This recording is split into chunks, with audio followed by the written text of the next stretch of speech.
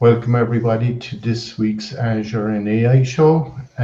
We have two new speakers with us this week, and we have a speaker that's joining us regularly, Sajida. So she's going to start off first with us today, and hopefully we'll have another two speakers joining us later. Sajida, do you want to share your screen? Yes, I'm sharing my screen. Okay.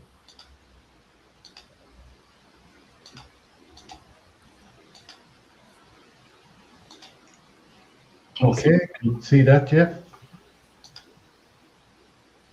Do you want to hit the hide button? See the hide? Yeah, perfect. Okay, thank you, Frank, for giving this opportunity. Hello, everyone. Good afternoon. My name is Sajida Sultana, and I am Microsoft Certified Trainer.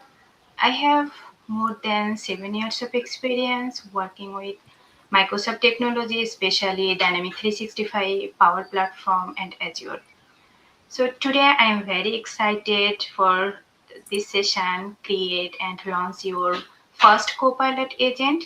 So today we are going to explore how organization can quickly build the intelligent AI agents using the Microsoft Copilot Studio. So we will see how this agent can connect with the knowledge sources, how agent can answer the user question, and how we can publish into the multiple channels like website, Microsoft Teams, and so on. So this session is designed for the beginner friendly. Before we jump into the demo, we will first try to understand what is Copilot Studio, when organizations should use it, and how it differs from the Microsoft 365 Copilot. And finally, we will build an live agent. We will connect it to the knowledge base. We will test and then we will publish. So by the end of this today's session, my goal is that we will try to understand how easy it is to create the AI powered agent that can support users with the real time business knowledge. Okay, so before we move into the demo, let's quickly walk you through today's agenda. So first, we will begin with the introduction to Copilot Studio. We'll discuss what it is and why it has become more important or more significant platform for building the AI-powered business agent. Then we will try to understand when we should choose the Copilot Studio. Then we will compare the Microsoft 365 Copilot and the Copilot Studio. Many people get confused between these two products. So we will try to clearly understand their purpose, difference, and when we should use which one.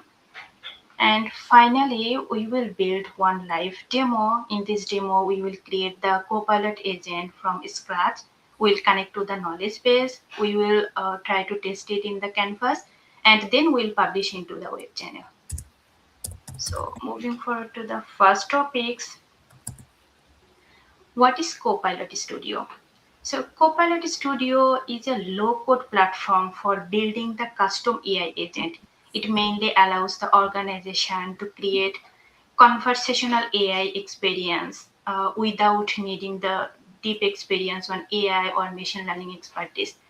You don't need to know how to write code for making the agent within the Copilot Studio. Also, I can say with Copilot Studio, we can build the agent that can answer the question. We can automate some of the tasks. We can connect different types of workflow.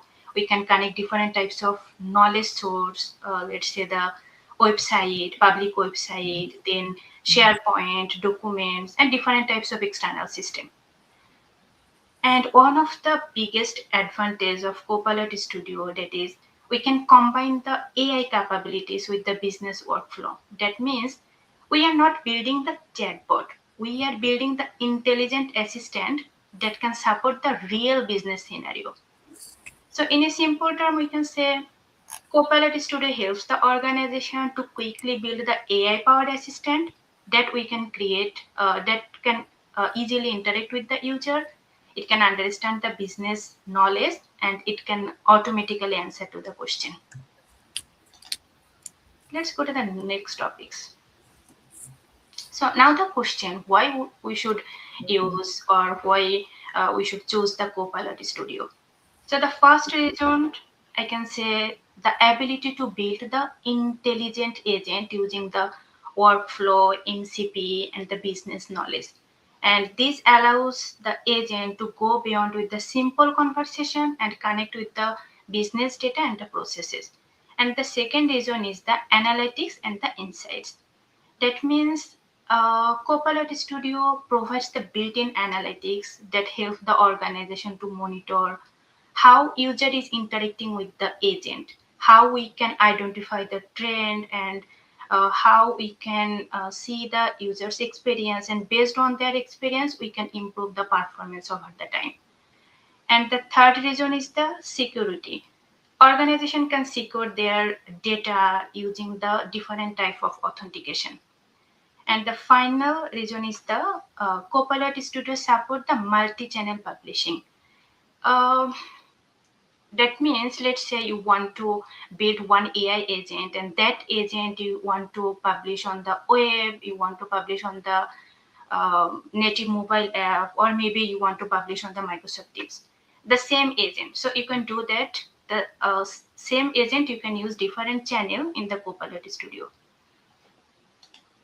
Okay. So now the question is, what is Microsoft 365 Copilot? So Microsoft 365 Copilot is mainly designed to improve the personal productivity. Inside the Microsoft 365 application, it can be the Word, Excel, PowerPoint, Outlook, and Teams. It mainly helps the user to summarize the information. It helps us the user to generate the content and improve the collaboration. So now let's try to understand how it's different from the Copilot Studio, the Microsoft 365 Copilot. So actually, most of the people often confused about these two products just because of the two product uses the AI and the Copilot technology, but their purpose is totally different. So let's start with the Microsoft 365 Copilot. So Microsoft 365 Copilot is mainly focused on the personal productivity inside the Microsoft 365 apps. For example, it can help the user to draft the email. It can help the user to summarize the meeting notes. Also, it helps the user to generate the PowerPoint slide, this kind of works. So it mainly works with the Microsoft graph data, such as the email, chart, calendar, and so on. So in a simple term, we can say Microsoft 365 like a personal AI assistant that helps the employees to become more productive in their daily work. On the other hand, the Copilot Studio, that one is building for a custom AI agent and the Copilot for business scenario. So instead of only working with the Microsoft 365 platform, Copilot Studio mainly help us to create the own AI agent that we can connect the workflow, we can connect the MCP and the knowledge base. So in a simple term, we can say Copilot Studio allows us to make the agent that will help us to improve our business scenario, to make our business more profitable, this kind of things. Okay, now let's move on the live demo. So today we are going to build one simple Copilot Studio, Copilot agent. We will try to maintain all the steps from step 1 to from step 6. So first of all, we will make one agent from the blank canvas. Then we will feed the knowledge base within the agent. We will set up the authentication. Then we will test into the canvas. Then we will publish the agent. After that, again, we will test from the web. So let's move on the Copilot Studio.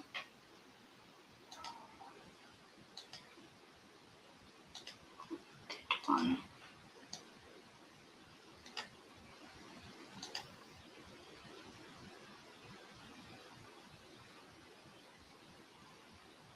Can you please confirm I am opening my Copilot Studio interface? Yeah, sure, that's correct. Okay. So if you want to make the agent from blank, we have to go the create blank agent. If you click on this, then it's asking the agent name. So I already made one AI agent, that is internship helper agent. Okay. And I have added the knowledge base, that is internship. It has some information about the internship. Let me open the PDF.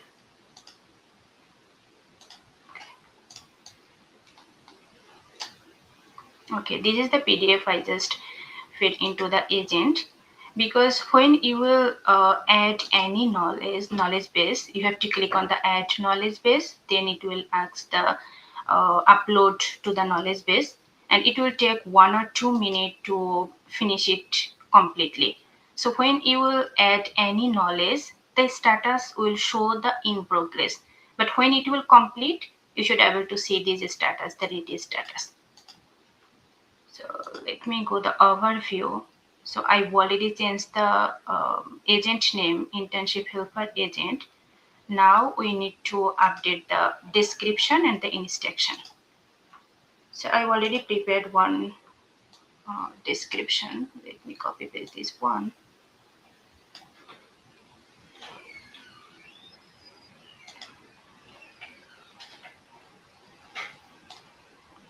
So what I'm saying here, I just wrote one description that is mainly saying we are trying to make one internship agent that mainly help us to answer the question based on the knowledge base. And now we need to add the instruction.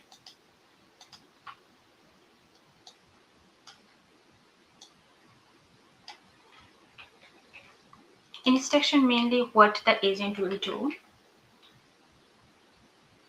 Okay, so we are saying when the user will ask any question, use the knowledge base, only the knowledge base, don't search any information from the web. So it will just answer the question from our own knowledge base. Then we are giving some of the rules, just try to understand the user question and answer the question properly. So you can add some of the rules so that agent can follow this one. So we need to save it. You can change the model from here. For the demo purpose, I'm selecting this one. To save this one also. Okay, so if I go back to the slide, so we have done this step and this step. Now we need to set the authentication. So we have to go the settings option. So within the setting option, it has two options on the workstation. One option is the if user asks any question, if we select this option, sometimes maybe the information or user asking question answer is not available within the knowledge base, right? The own knowledge base. That time it will search on the web, but we need to change because we are not expecting any unknown information from the web. So we need to choose this option.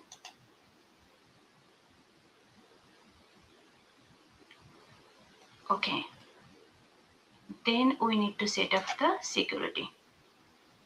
So within the authentication, there are three different type of authentication we can set. It's one is the no authentication, authenticate with Microsoft, and authentication manually.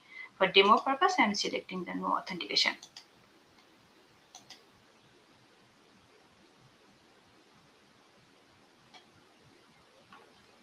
Okay.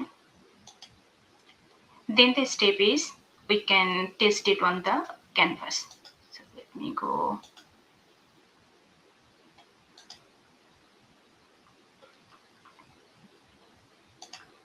If I open the PDF, it has one deadline, it has the video editing position, this kind of information. So we will try to ask the same question. Let's say I'm asking here, tell me the, okay. So before asking the question, we need to configure the topics. So I'm adding one topics here. Let's say I'm writing the interns process.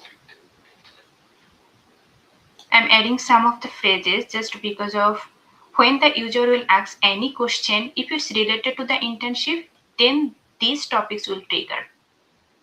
Now we need to select which knowledge base it will select or it will answer based on this on. So we need to go the advanced option, and this is the generative answer. So we already uploaded the knowledge base, so we can select from here. This is the PDF, and now we need to select the input.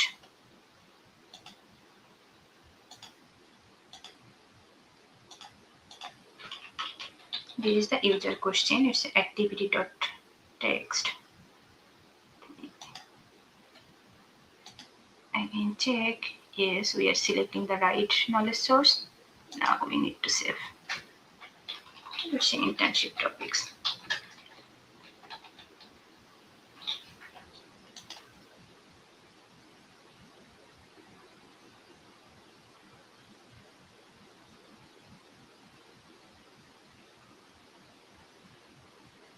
It will take just few seconds. Okay, now it's ready. So if I show the conversation start things, if I open the grading topics, so say grading topics, let's say I'm saying the hi. This word is messed with this word, right? The hi word. So if I just write the hi, then it will trigger this topic, and then it will show the same response. Hi, how can I help you today? So now we will ask some question based on the internship topic that we configured. So here, let's say I'm asking, tell me the deadline of internship.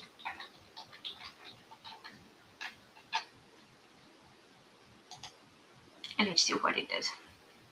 So now it's trying to searching the knowledge base. Now it's showing the deadline. Let me open the PDF. Yes, this is the same date. Let me again ask the same one more question. It's the video.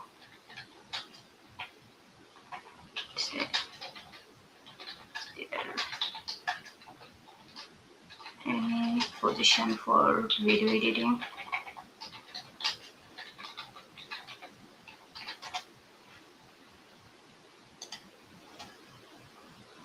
Okay, now it's showing all the information related to the video editing position.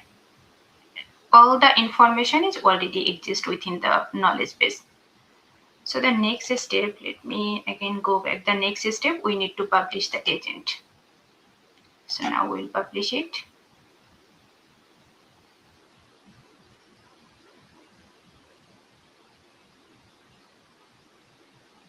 It will take just few seconds again.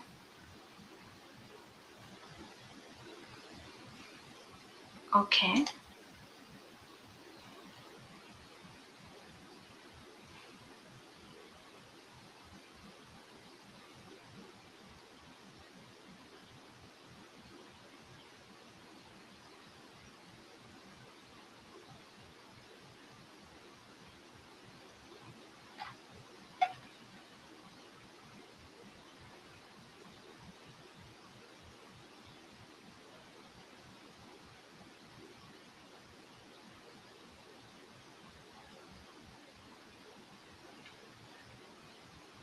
Let's close it.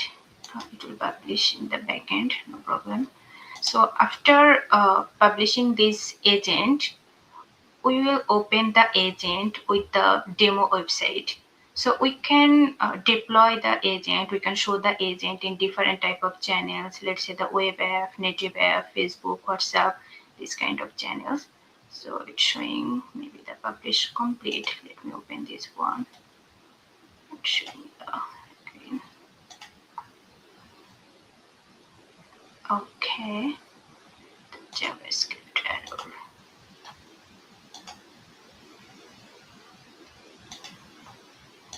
Let me again.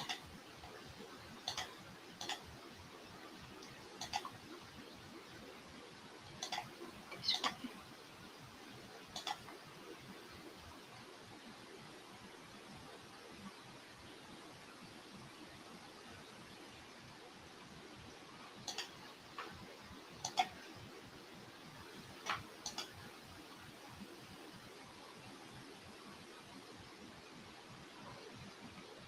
So it will take just few seconds, or sometimes it takes 2-3 minutes just to publish the agent.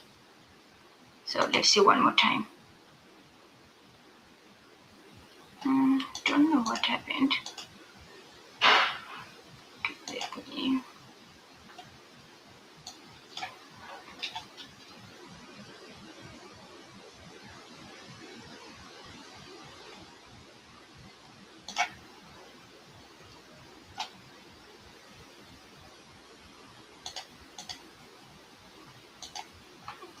This one.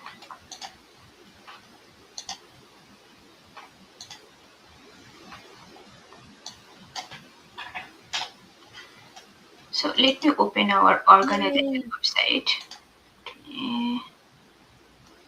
So don't know what happened, but when you will publish that agent, you will find one web interface. Let me open one website that I've already built.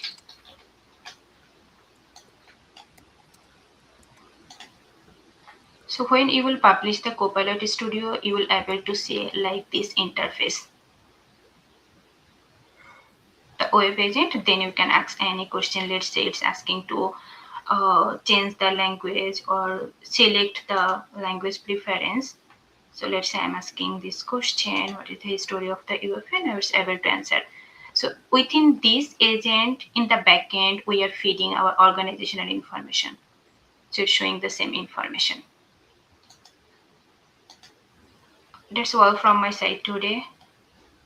Let me go back to That's great. Anybody, any questions for Sajida? That was a great demo. Yeah, very good. Thank you so much. Sajida, how long have you been in MCT? On air. Okay, cool. Welcome. Hal's here as well. How you doing, Hal? Pleased to meet you. If I can figure out how to unmute myself. Yeah, you're grand. We can hear you. Oh, okay, good. Yay! Yeah. So Dan tells me you're an Microsoft MVP for 30 years. Yep. 30 years. First was, let's see, it was late 1996, November. Oh, wow. That's amazing. What category were you an MVP? I'm sorry, what? What category in what area? Well, let's see. To start with, it was a thing called Purav, which was personal operating systems. And then that changed and it became DTS, which is desktop systems. Let's see, from there, it went to a thing called printing and imaging. I and one other guy, Dr. Russ Valentine, who sadly is no longer with us, were the two people who understood and could work with the built-in fax module that Windows has always had. Okay, so printing and imaging, in this case, dealing with printers and images as in faxes. From there, I went on to become Windows Experience. That was the XP days. And then there was, whatever the Windows 10 thing was, that was, there was the personal and professional Windows systems, whatever. I forget what that exactly was. And then the last category is Outlook. Okay, cool.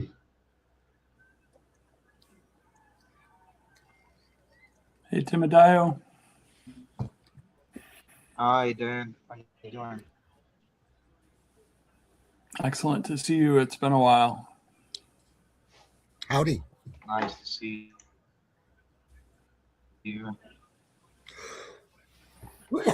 So, Sajida, there's just one question came in for you there.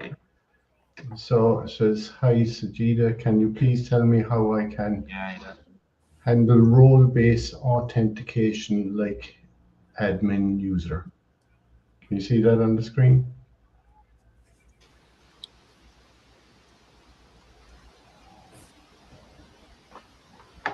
Okay, so she's asking the question about the role-based authentication like admin or user, right? Yeah. So Yeah. for that, we need to configure the Microsoft Intra ID authentication. In here, we can add some couple of users as an admin and the other users as a user. So we need to configure the Azure Intra ID. Okay. Cool. I hope that answers your question. There we go. I think Timideo got some networking issues. Anybody have any questions for Hal? Or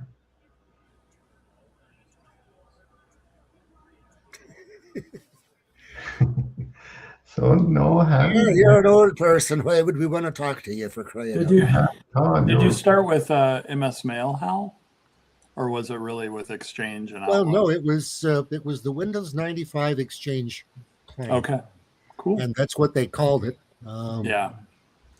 They well, that's basically what it is, and how I actually got started doing this.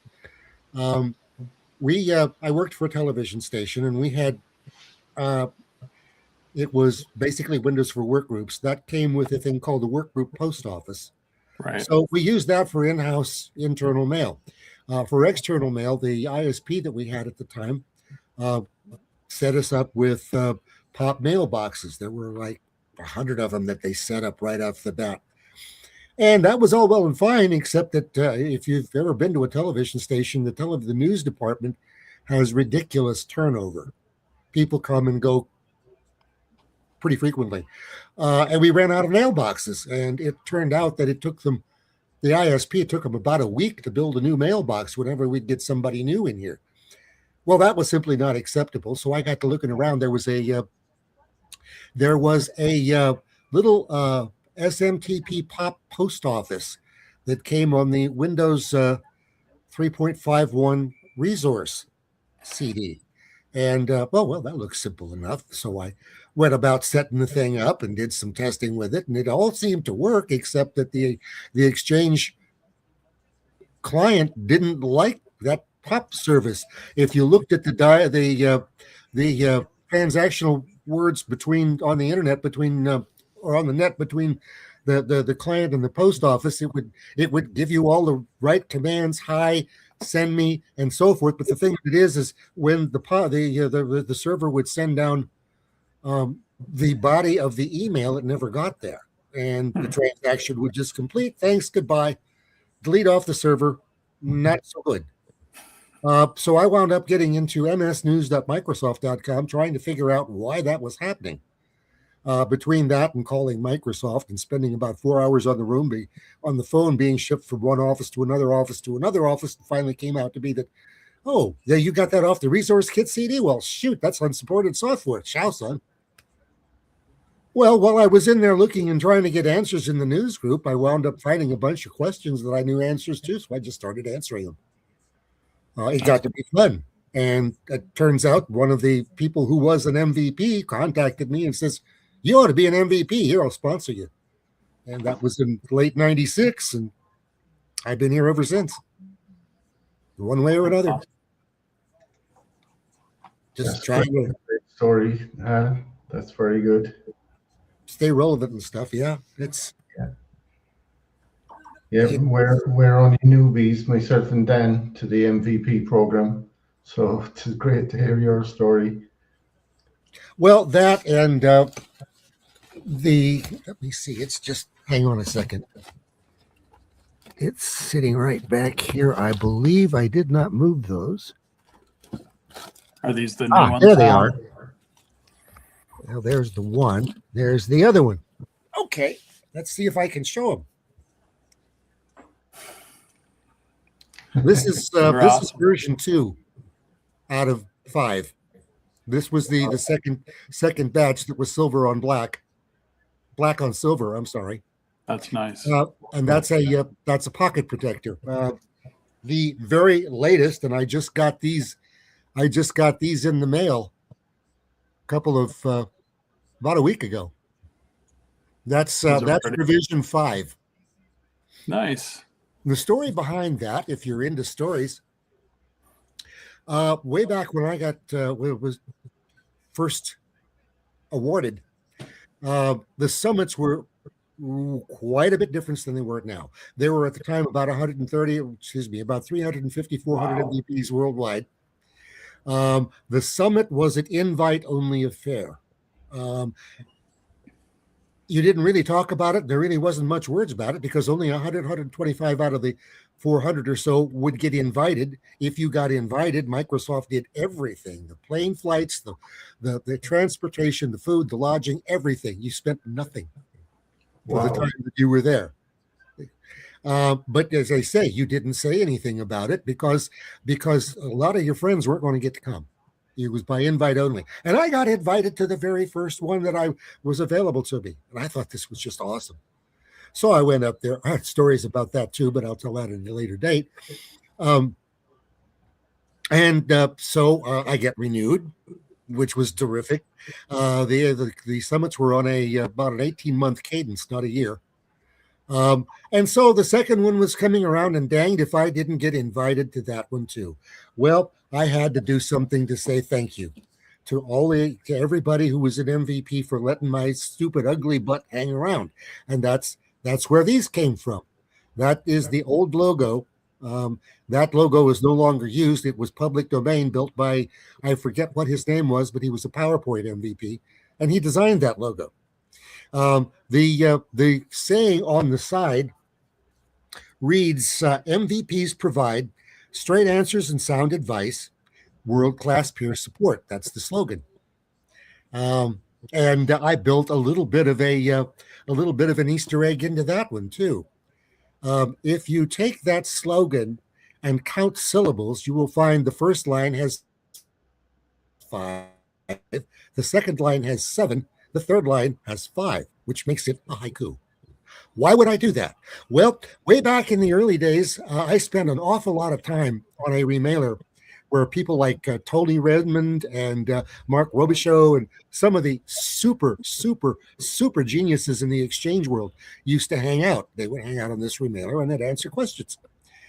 On Fridays, they decided to have any answer that they put out either be a or a series of haikus. So if you asked a question on Friday, you got a bunch of haikus back for an answer to your problem, which was pretty insane, considering you first of all had to know what the answer was in order to tell it to somebody, and then you had to figure out how to make it into a haiku or series of same. So the only thing I could do for a slogan is it had to be a haiku. It took weeks to think that one up, but I'm kind of proud of it.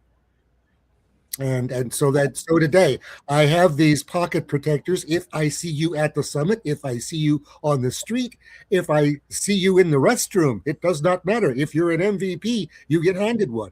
Why? Because I'm saying thank you. Thank you for letting me be here. Thank you for letting me part of the greatest, as far as I'm concerned, organization of people on the planet. MVPs are a class all of their own. There's just no one else in this world as special, as wonderful, as thoughtful, as smart as the MVP community. So this is my continued thank you to that community for allowing me to be part of it. That's awesome. Great. That's great. That's fantastic. And the thing of it is I continue to have issues with them because at Microsoft, if I show them a picture, it's like, no, you can't use that. That's the old logo. No. Doesn't meet with our branding. No. And I just, well, okay, fine. The thing of it is it's public domain logo. You really can't stop me from using it. The most you can do is make me not an MVP anymore, which it seems to me would be kind of extreme. So I just don't say anything. I just don't say anything. I see you at the at the summit. I had you one. Don't say anything. You know, it's like, hey, you want There's Contraband. can I interest you in? Oh, slick! You got what? Would show that again? Wow, that's neat. Outstanding. Nice, Frank. Absolutely. I was coming back from the MCT summit, and I had to wait around, and there was a shopping center where they had a phone stand. They could print anything on the back of your phone. Wow. Yeah, so That's cool. yeah. Outstanding. Very Of course, good. doing that, you got to go through jump through their branding hoops, Yeah, yeah. which Well, I guess Dan found out about as well. Yes, I did. That's a story for another week. Yeah. We'll put together like a MVP confessionals or something. yeah, we can't have that public though. That's the only thing. So this Make is that into some kind of an Inquirer Yeah. magazine cover. Shocking news! Outer space babies. That's what I used to love about looking at those walking through past the stand in the grocery stores. Is it's always some outer space baby. Yeah, was it Weekly World News and National Enquirer and there are all sorts of those weekly. Inquiring minds want to know. Yes. Yep. Oh. So that's great. We have two people in the wings there that are going to do a talk for us. Excellent. Just out of curiosity, the official start time is in 20 minutes? No, we're live. Oh, Yeah. Okay. This started about 40 minutes ago at the top of the previous hour.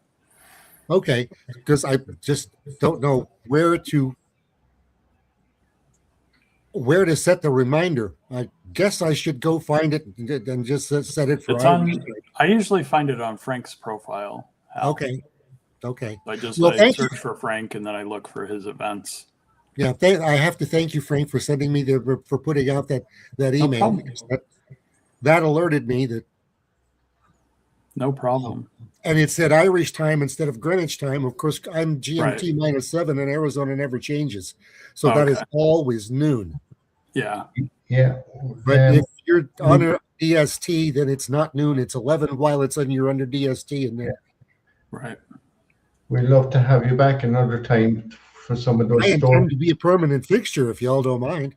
Yeah. You're welcome. You're welcome any Saturday. Sometimes I'm traveling and in a car, but iPhone has like a client for StreamYard, so I can usually join from almost anywhere, and then I just usually mute if I'm traveling. Yeah. But it's been a really good opportunity to meet other MCTs and community members and MVPs around the world. Frank does a really good job with this. Yeah, and there's the other brand. Thank you for the invite. There's the other branding. Yeah. Nice. Coffee mugs. Yeah. So we leave Davina. Do you want to share your screen there for us? And she's going to do a session, Service Now as an Intelligent Automation Hub. Cool. Orchestration on Azure platform, native versus ESB. Oh, 1 second. Sure. I'll let you know now when your screen is up. Yes. I believe. We can see your screen. Yeah, perfect. Yes. Hi everyone. Thanks, Frank, and hi Dan and Hal. Nice to meet you both too. It was an interesting conversation that you all had. I'm clearly audible, right? I just want to make sure that I'm coming in. You're perfect. Yeah. So I don't know which time zones you all are in. At least for us, it's mountain time zone and it's noon. So good afternoon, everyone. And thank you for joining me today. So this presentation is about ServiceNow as an intelligent automation hub, orchestration on Azure. So we'll be discussing about mainly the platform native versus uh, enterprise service bus. I think Frank, you were asking me earlier about ESB. Yeah, it's having like in-house middleware technology kind of stuff compared to the platform native one. So yeah, to say in short about myself, I'm Divya Shri Yamani, and yeah, I have been working in service now for past 11 years now. And yeah, I have seen how it had evolved over the time. Uh, yeah, and yeah, we will, as I mentioned earlier, we'll be discussing about enterprise and modern integration and operation strategies using ServiceNow and Microsoft Azure together. So, over the last decade, enterprises rapidly adopted various cloud technologies, right? Like SaaS applications, AI services, or hybrid infrastructure. While this increased agility and innovation, it also gave space to like introduce major operational complexity as well. So there are organizations uh, which struggled with fragmented systems, disconnected workflows, and rising operational overhead or cost. Um, so in this presentation, we will explore how platform native orchestration, especially using very specific to this topic of ServiceNow and Azure, provides a more scalable and intelligent alternative compared to traditional ESB centric architectures. Um So also, one other area we want to cover is how AI is changing incident management and provisioning, governance, and enterprise automation overall. Yeah. So so we will split this session into these different modules. First, I'll explain the enterprise challenge with the ESBs, like created by hybrid and multi-cloud environments. Next, we will look at how ServiceNow evolved from a traditional service management like ITSM platform into an enterprise-wide automation hub.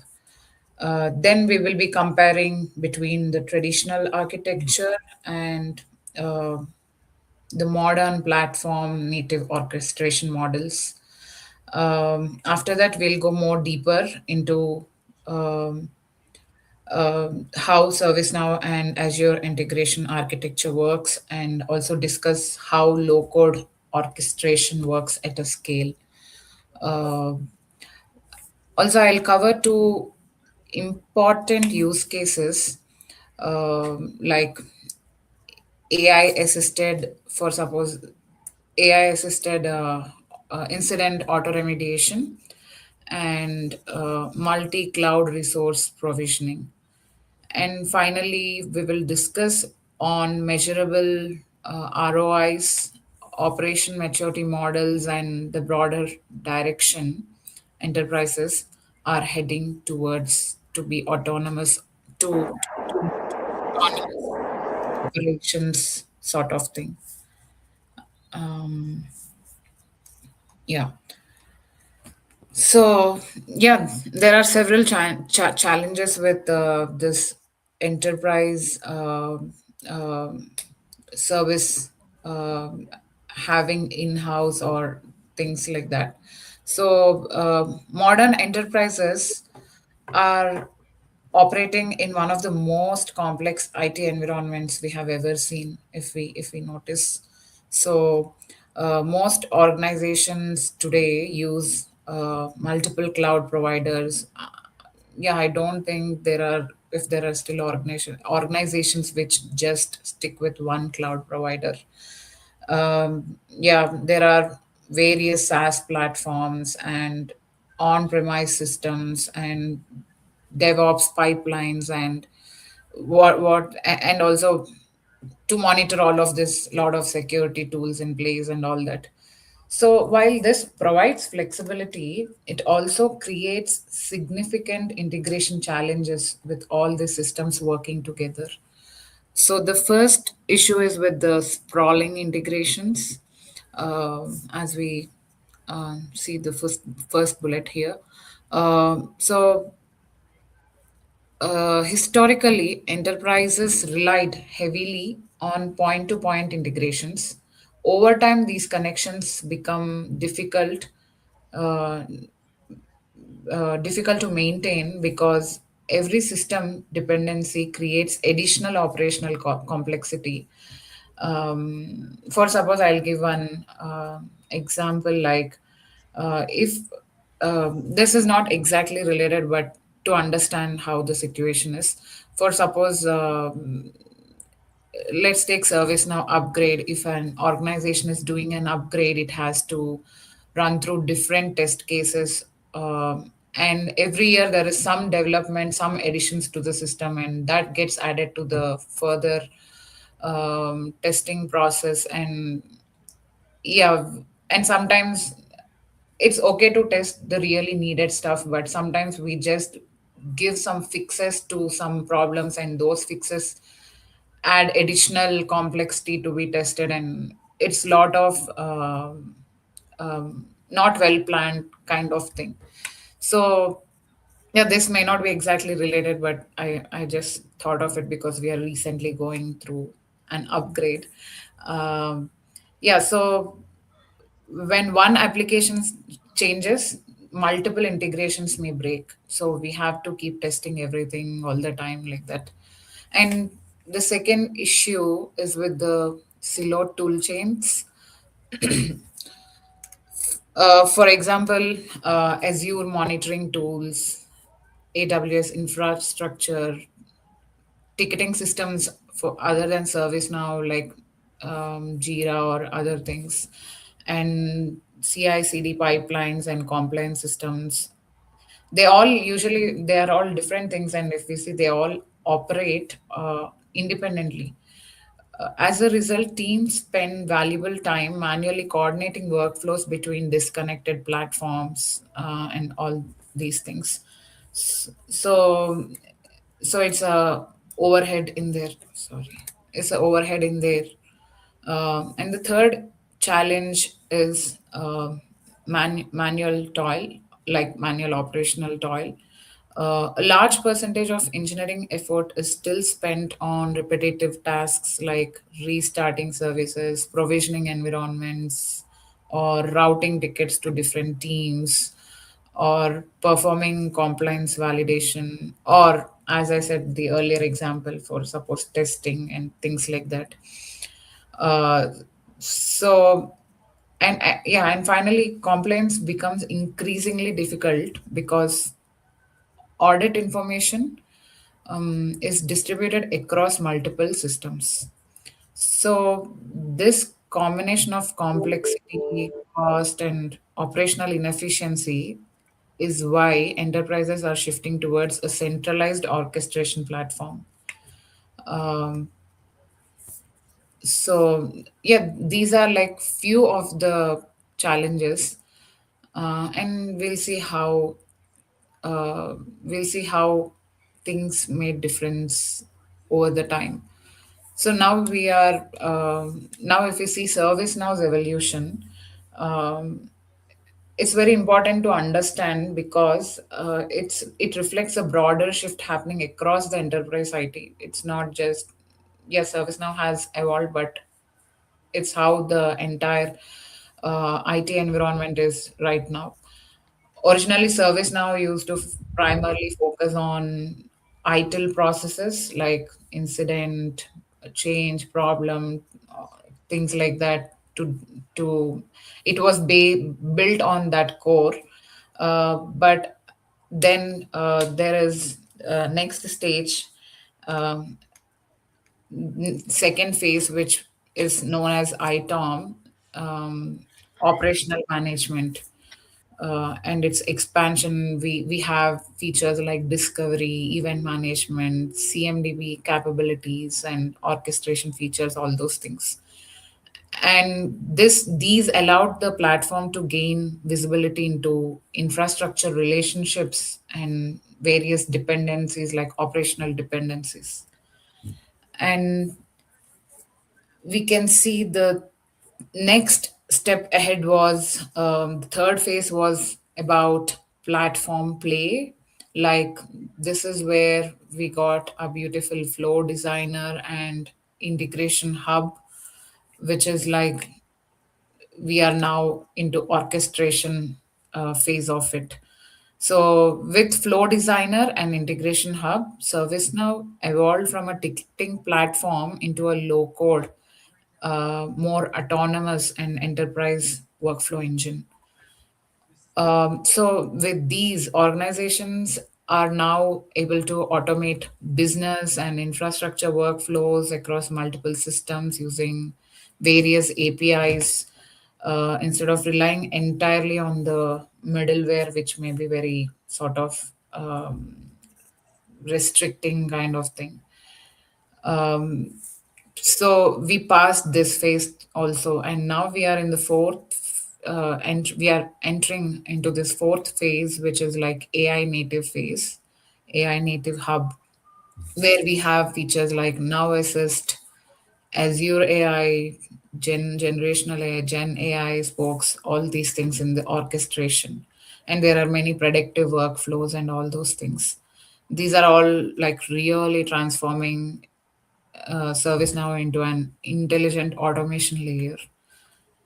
So the platform is increasingly capable of understanding operational context, recommending actions, generating workflows, and even, um, as we discussed, one of the examples like initiating remediation automatically.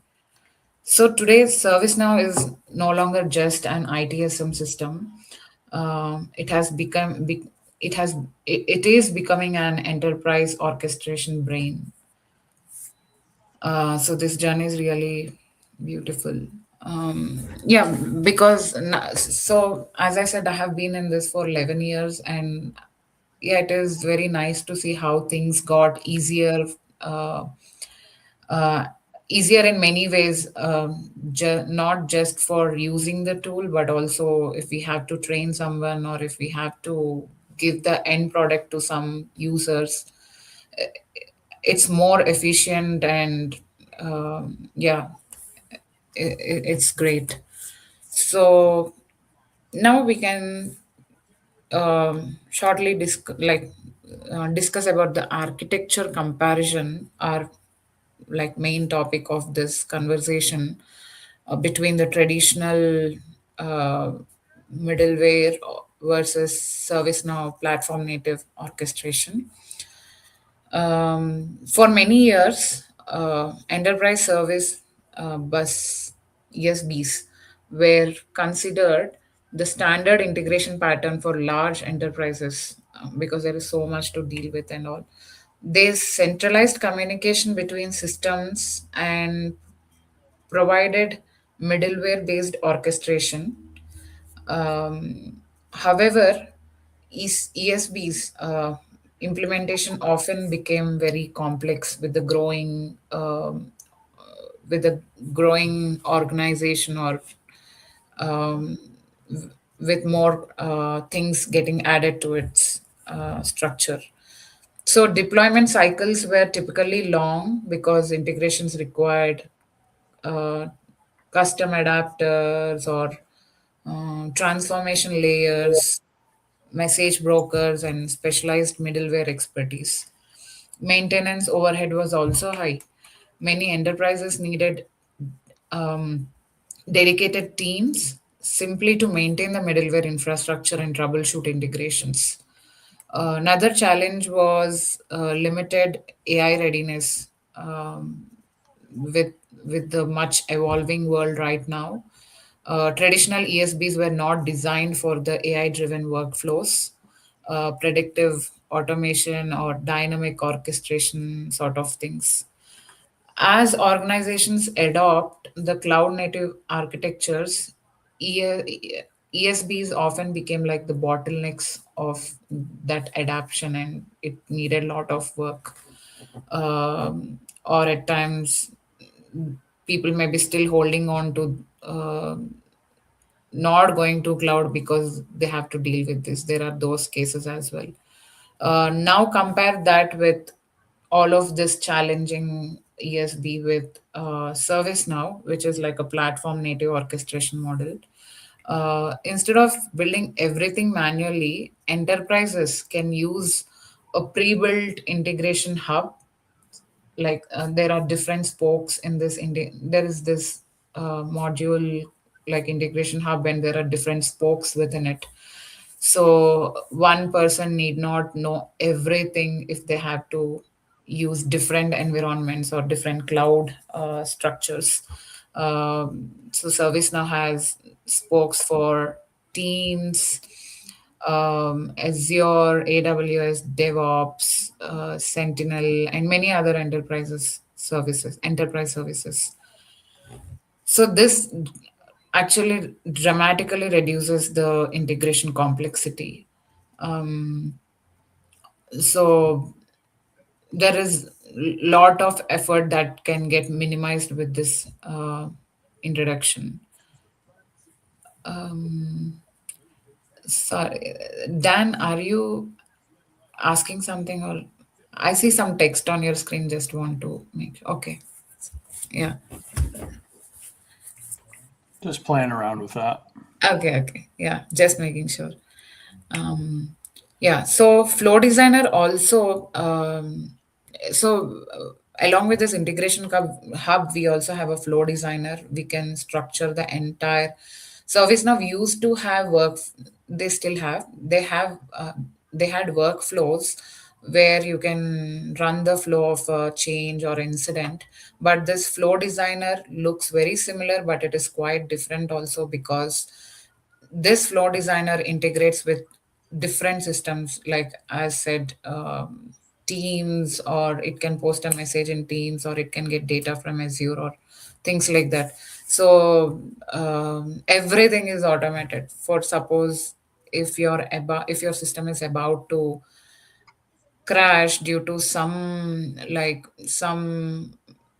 team from messaging and collaboration, something is broke on their end, we can design a flow so that we can get updates about what's happening. There are several situations where we were able to nicely take care of, proactively take care of a disaster which was about to happen, and things, these flows, which posted messages into Teams and like that. So also Flow Designer allows low code orchestration, which reduces dependency on highly specialized middleware developers. Another major advantage is centralized visibility, because orchestration is tied directly into CMDB. Workflows operate with infrastructure awareness and governance context. Finally, AI capabilities became native rather than bolted on later. This shift represents a broader architecture trend, moving from middleware centric integration towards cloud native orchestration platform. Uh, is what is the current architectural trend. Moving to our next slide, we will discuss like architecture between ServiceNow and Azure integration. This architecture, this diagram illustrates how ServiceNow and Azure work together to support enterprise scale orchestration. We see at the center is ServiceNow acting as the orchestration layer, Integration Hub enables communication between ServiceNow and Azure through API and pre-built spokes.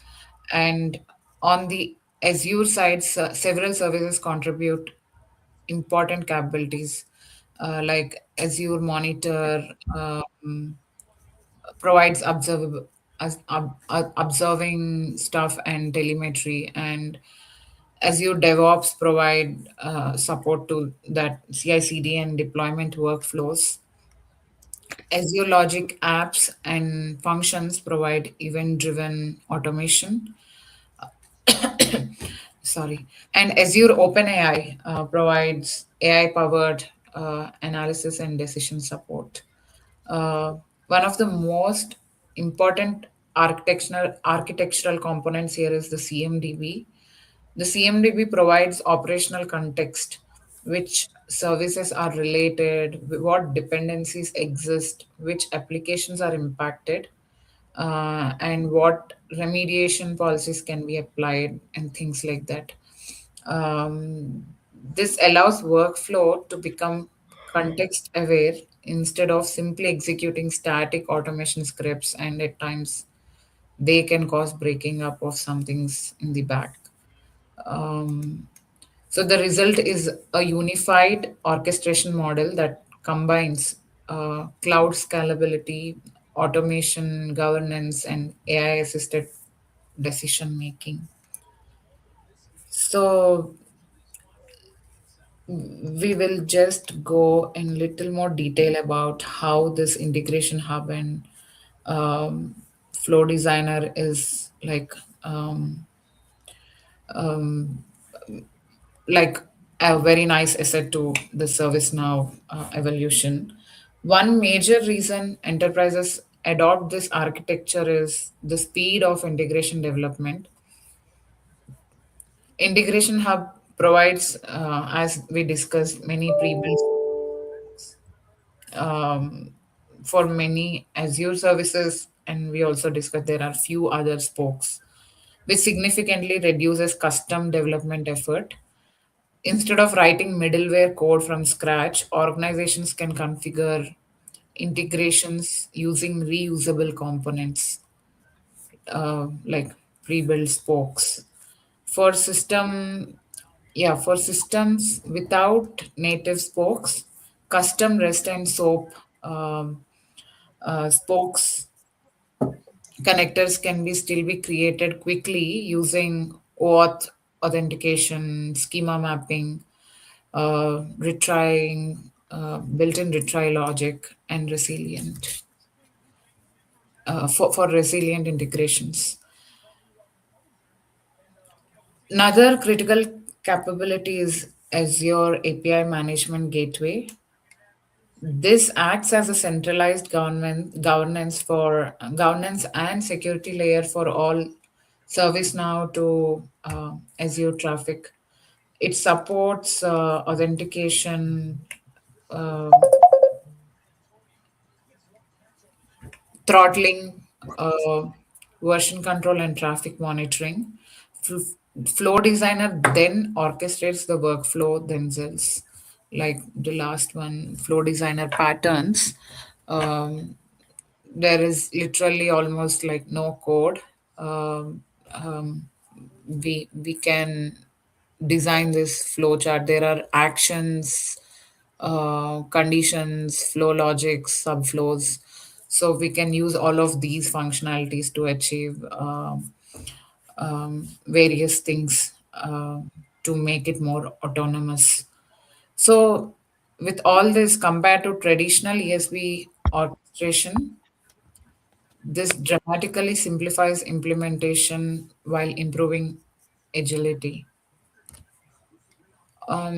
It also enables faster iteration because workflow can evolve without major middleware redesign.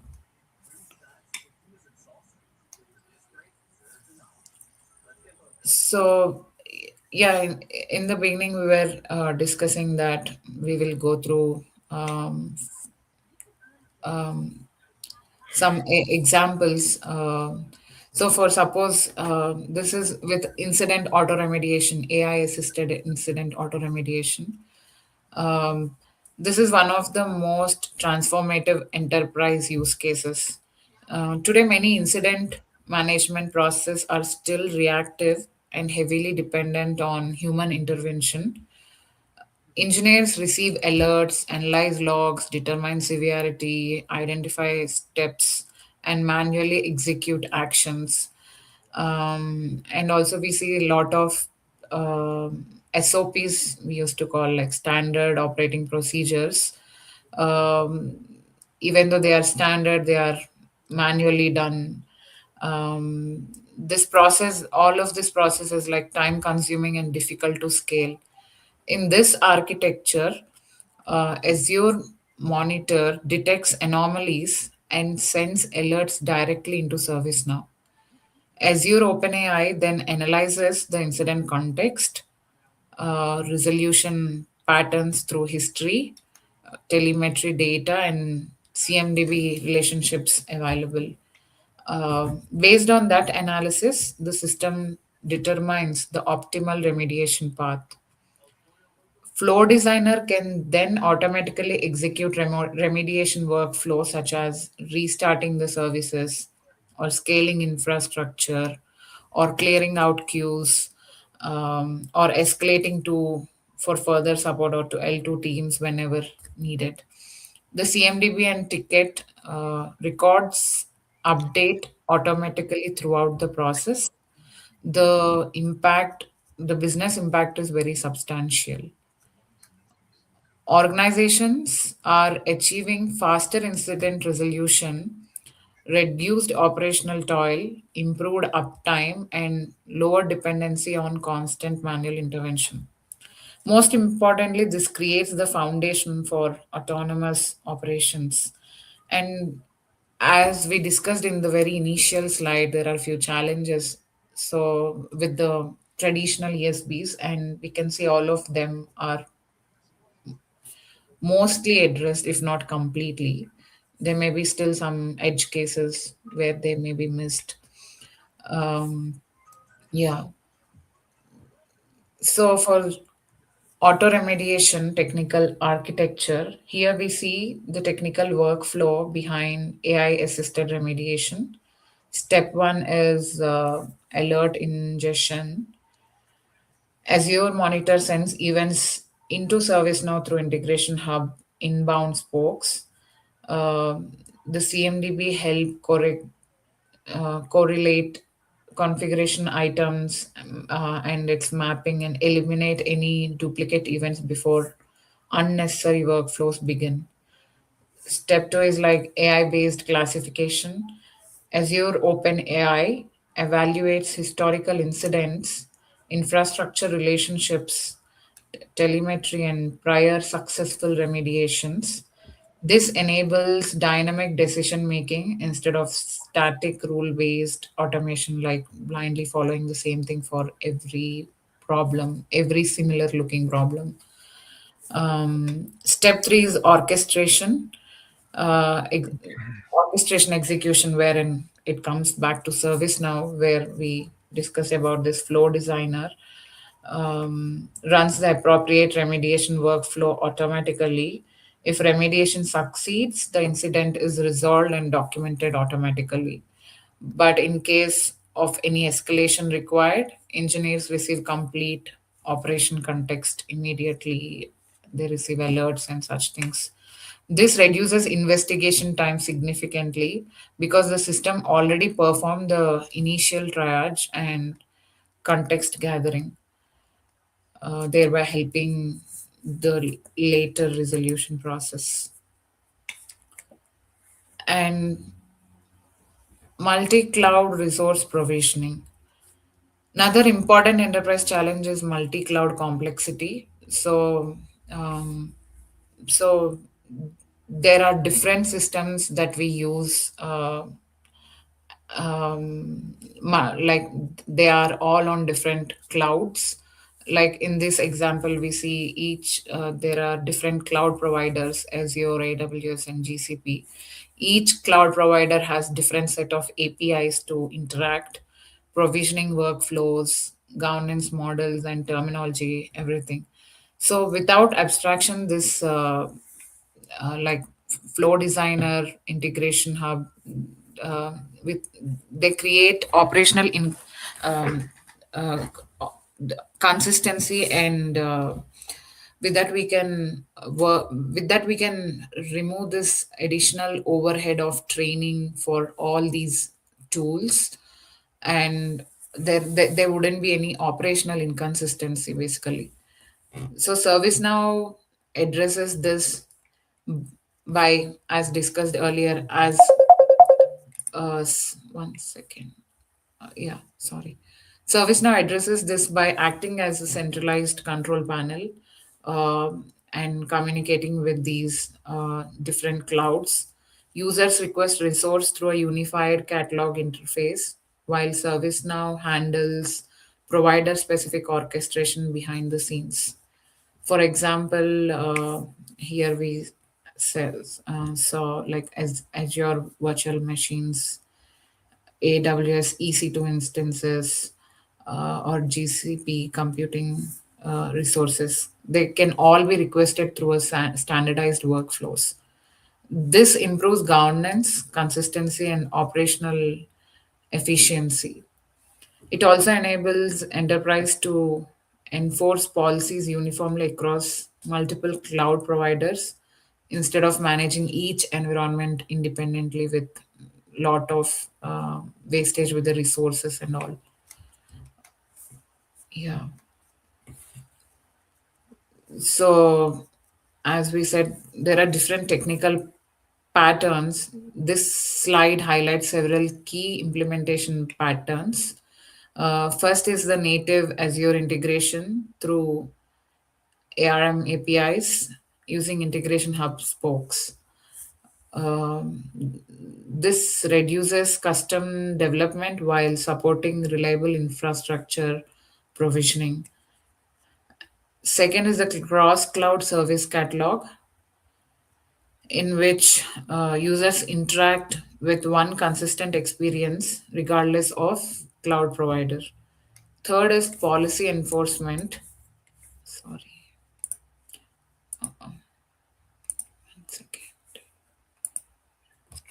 I think I'm supposed. Yeah. Policy enforcement.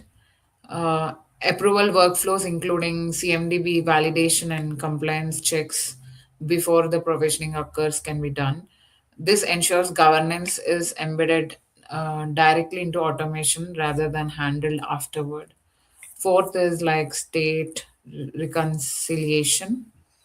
Uh, Discovery continuously synchronizes live cloud environments with the CMDB to detect configuration drift.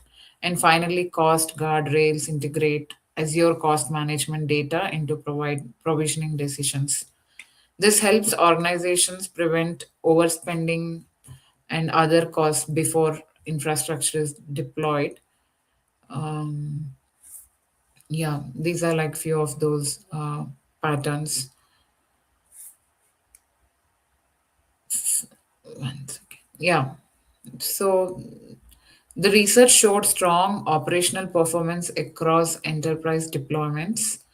Organizations like in industries like financial services, healthcare, and manufacturing successfully hand to that case even within the educational institutions as well, successfully handled large workflow volumes using native orchestration. Azure's scalable infrastructure helped maintain low latency response times even during peak operational loads. And it and the other very consistent finding was the reduced deployment time compared to traditional ESB heavy architectures. So the benefits are not only technical, they also translate into operational agility and faster business delivery. That is with how it performs. And the next one about ROI and business impact. This slide summarizes measurable business outcomes. we can see that mean time to resolve, like for especially critical incidents, is substantially low. And the key driver is the AI auto remediation. Second, provisioning automation accelerates infrastructure delivery and reduces delays caused by manual approvals and provisioning tasks. Third, we can see pre-built spokes reduces the need for expensive custom integration projects. And CMDB native governance simplifies compliance reporting and audit preparation. And finally, engineering teams spend less time on repetitive operational work and more time on innovation and optimization. An important point here is that organizations do not need to achieve full autonomy immediately. Even with partial autonomy, maturity, uh, partial, autonomy, maturity, or automation delivers measurable operational and financial benefits, as we can see.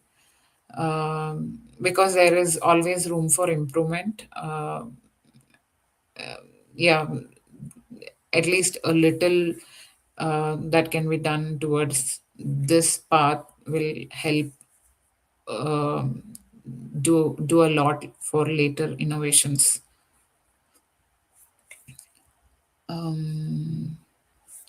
Automation maturity model. So yeah, there are different levels at how an organization can perform. At lower maturity levels, operations are mostly manual and reactive. Um, we see here most enterprises enter this journey at L2 connected with isolated API integrations and limited automation coverage. So L2 systems are connected, but automation remains limited and fragmented. Most enterprises today fall somewhere in this range, but as they progress, they adopt to this AI assisted operations, workflow automation, and these things. Um, so this ServiceNow and Azure combination is valuable because it supports gradual maturity progression. We are not always at level 2, we'll be going further. Organizations can start with basic workflow automation and expand incrementally into more advanced AI driven orchestration capabilities. So even while doing that, they are at a lower risk of lower risk that transformation gives. It basically it reduces transformation risk while delivering continual operational improvements. And key takeaways from this whole presentation is ESB is no longer the uh, default strategy for many modern enterprises. Platform native orchestration offers greater agility and lower operational complexity. Second is AI transforms incident management. Um, and yeah, we saw how it substantially reduces the MTTR at enterprise scale. And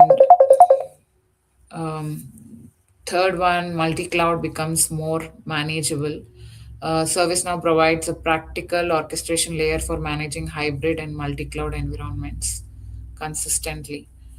And fourth, the ROI from automation is measurable across, like for operational efficiency, provisioning speed, compliance readiness, and engineering productivity. The broader trend is clear. Enterprises are moving toward intelligent autonomous operations where workflows become increasingly self managing and context aware. Yeah. So, thank you everyone for your time and attention today. Great job. Yeah, thank you. I hope this presentation provides useful insight into how ServiceNow and Azure together are enabling next generation of enterprise automation and orchestration. Yes, great presentation.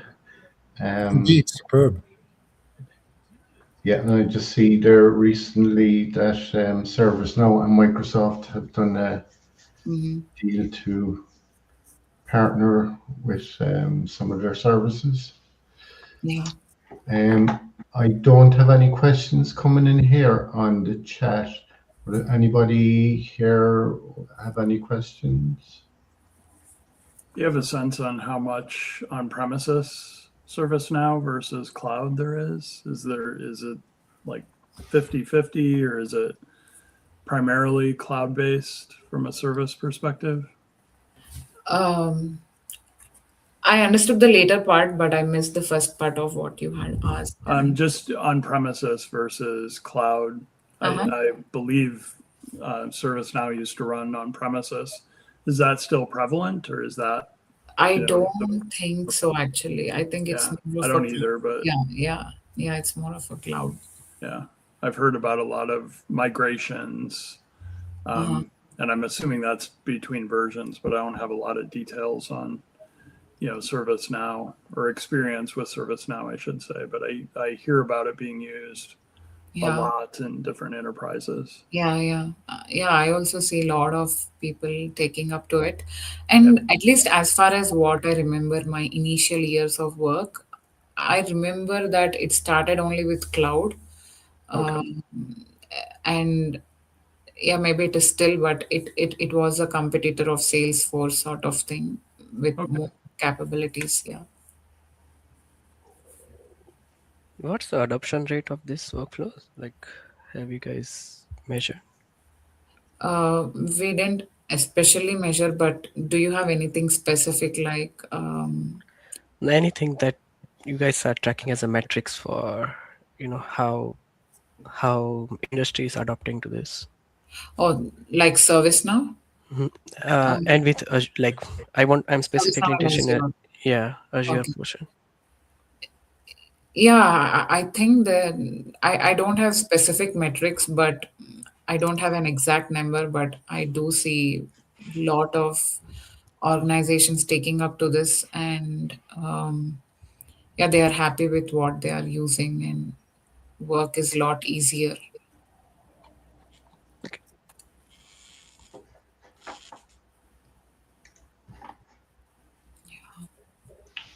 Cool. So, Suresh, can you hear me? Suresh, okay, sorry. Yeah. Do you want Yes, to? I- Do you want to share your screen there with us?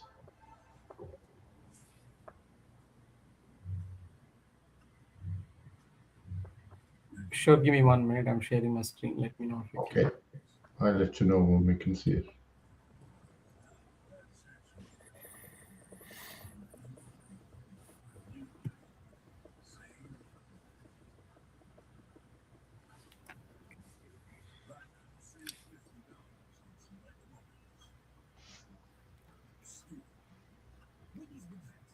So it's like 3 steps. When you hit the first button to present, you'll get share screen, and then on the top, okay, you got it.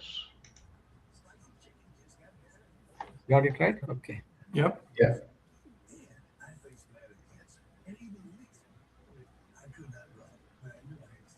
Looks great. Okay. So good evening, good morning, everyone. My name is Suresh. Today I will be presenting how Azure AI can transform Oracle Cloud PPM. So I'll explain a little bit what Oracle Cloud PPM, a little bit functionalities in a minute. From a reactive system into a predictive and autonomous governance platform. So Cloud PPM is basically it offers functionalities, features like from Oracle side. How do you create a project? How do you create a tasks, budget, and forecast, and then also create grants, link projects and grants and contracts, and then handle the billing, revenue recognition, accounting, and all the financial aspects of it. So that's pretty much in one line on Oracle Cloud PPM and grants. So I work for a client using the Azure AI for the decision enhancements over there. So today I will be presenting that experience a little bit. how Oracle Cloud PPM from a reactive system into a predictive and autonomous governance platform. So this session focuses on how we can proactively prevent financial risk, improve the compliance, and accelerate revenue recognition and enable any intelligent decision making for the leadership using Azure AI technologies layered on top of Oracle Cloud PPM. Okay, so let me move on to the next slide.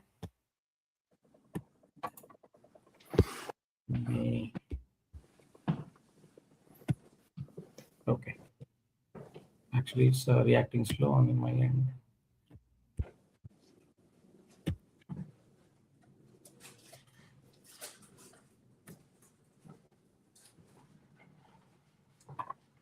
It's very slow. Okay, so today many organizations are still operating reactively.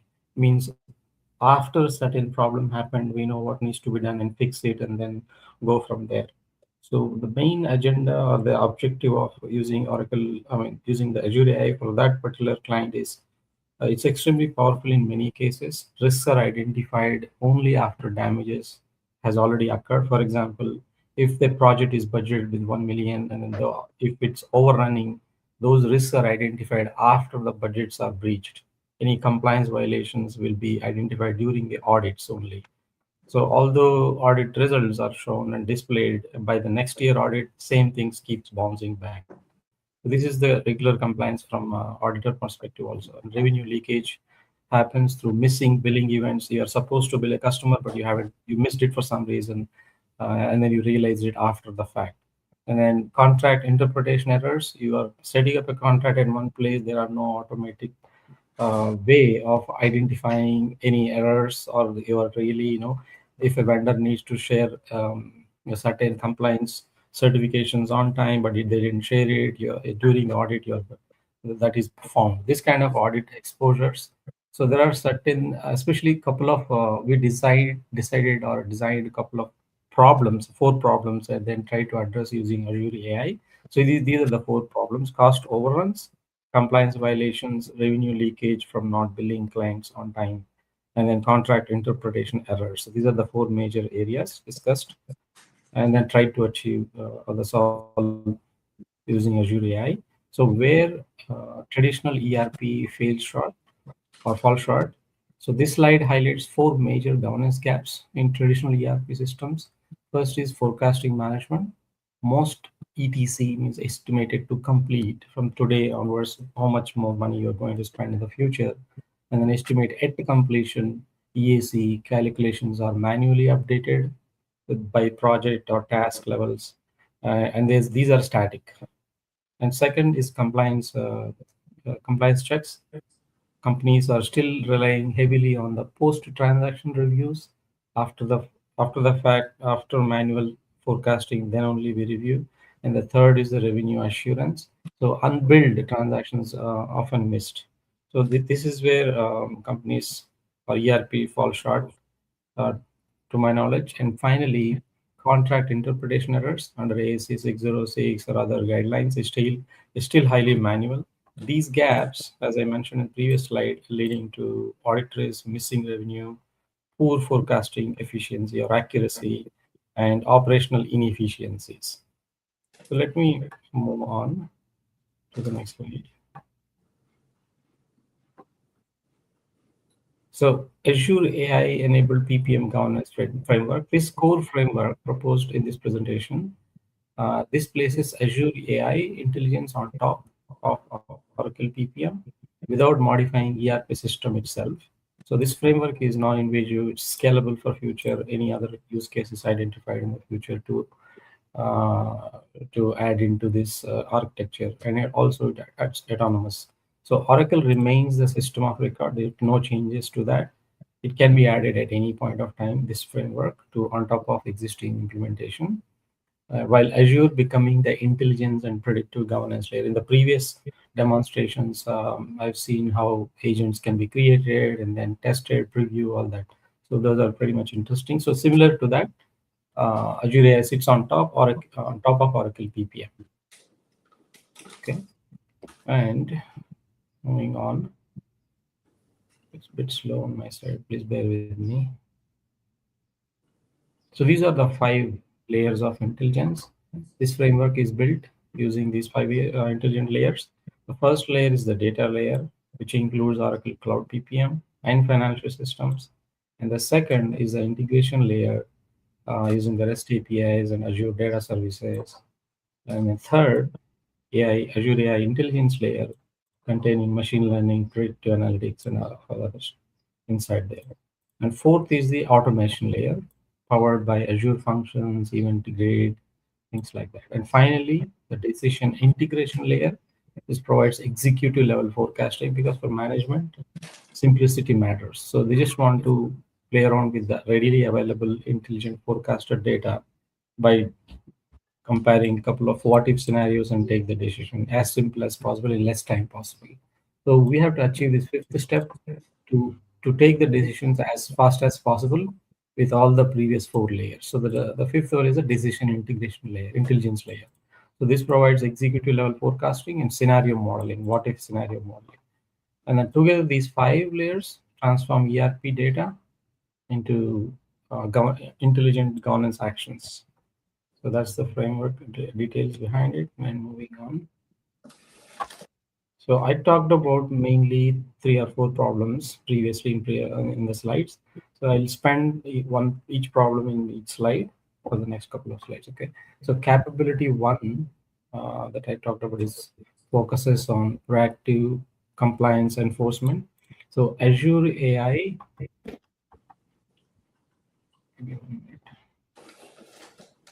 Yeah. Azure AI evaluates transactions in real time before costs are posted into the accounting systems, for example, in subledgers. So it's evaluating in real time. Means if I have a budget of 20,000 on a project and a task, I'm trying to spend a new requisition with a 21,000. It's evaluated in upfront, or it also takes into consideration of the past data across the project, things like that, and also gives you an idea what is going to happen. So that's and then using the NLP based contract parsing and system interpret sponsor languages or guidelines, regulations, contract clauses automatically. The framework continuously learns evolving compliance rules and can automatically block non-compliant transactions before they even impact financial report. For example, expense claim submission, you have a policy built already. 4 persons can, for example, a company had a policy called 4 persons traveling on a trip, staying in the same hotel needs to take only 1 car, for example. This is a policy, let's say. And then, but in real, or 4 persons are submitting a car reimbursements, for example, right? Nobody validates this. We need to validate currently all these things manually. So if we have an intelligent platform that I just explained built in for this use case, it can help to save some time in stopping these transactions in advance, right? So it's just additional help. So capability 2, moving on to the next slide.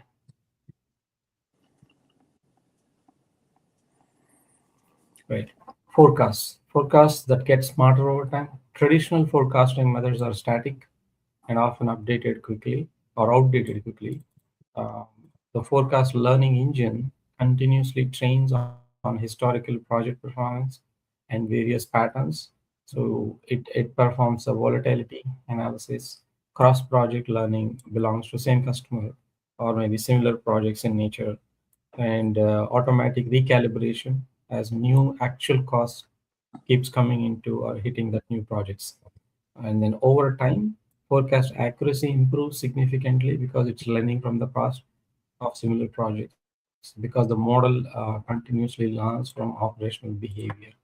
So currently, this is purely manual, and then lots of forecasting tools are available. Still, you need to work it out, configure, do a lot of things to make it work. Still, still at the end of the day, it's still a reactive. There is no predictive.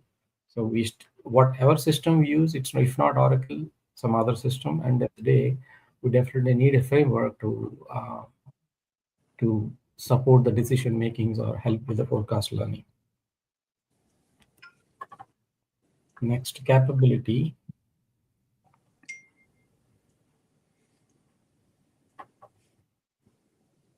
capability 3 I have introduced you before. For companies managing grants and multi-award portfolios, as I mentioned before, a public sector company is getting funds from a federal, state, bonds, grants, lots of other various counties, so things like that. So they are sharing 80, 10, 5 percentage of contribution to a project from different grants, funding exhaustion, right? So you have to really trace each of the spending, who is providing how much funding from which grant, till down to the penny, right? You have to really provide all the traceability before asking sponsor to pay you back. So the traceability is really important. But if you already end up spending the cost beyond what they have sponsored, that's a major risk, right? You have to identify those things well in advance. Otherwise, it will get caught in the audit. You have to adjust from other funding, things like that. So to avoid all uh, those companies who are managing grants and multi-award portfolios, funding exhaustion can become a major risk, as I just explained. So this engine monitors burn rates across projects in real time. It predicts funding shortfalls, detects any anomalies. For example, you're spending outside of the compliance, and proactively alerts finance teams, like we have seen in the previous presentation, service management, they're using incident alerts. So similar to this, similar to the same concept. Proactively alerts finance teams before funding gaps occur. So this enables companies to take corrective action early rather than reacting after depletion happens. So capability 4, just it's loading. So revenue leakage, right? Revenue is a major challenge in complex billing environments. So some projects we have to be billing based on the actual cost. Some projects maybe you have to bill based on the contractual obligations, 12% each month, or maybe based on forecasting, advanced billing, not based on actuals, but advanced billing. So there are different varieties that you need to follow while billing the customers or the sponsors, depends on the contractual obligations. So those are all offered within the cloud PPM. But on top of it, are we really in compliant with those? Are we missing out any amounts that we are supposed to bill? If you realize after 3 months, that's the revenue leakage. You're supposed to bill it. You may have received money already, but you didn't.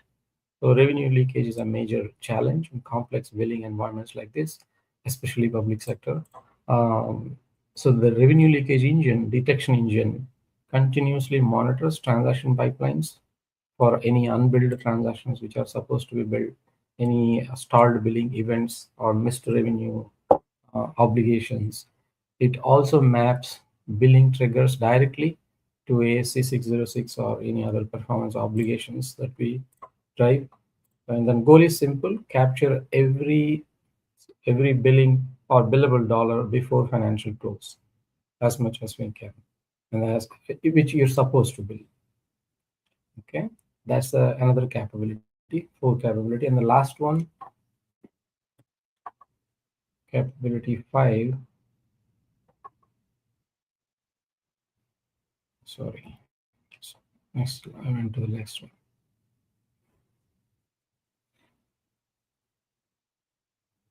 Okay, so this capability provides executive level decision intelligence. As I mentioned before, leadership can run what if scenario simulations across the portfolio of projects. For example, any budget changes, budget movements, 3 projects belong to maybe same sponsor and they are okay to allocate leftover budget from one project to another project. So this is called reallocations. Can we playing those kind of reallocation patterns and then schedule impacts if some project getting delayed or this kind of impacts. So this is the capability engine. All we are trying to do is guess as much as we can with the past data using the intelligence of the technologies that are available. Okay, so this framework also provides risk-weighted financial projections and natural language insights that make complex analytics understandable for executives easily.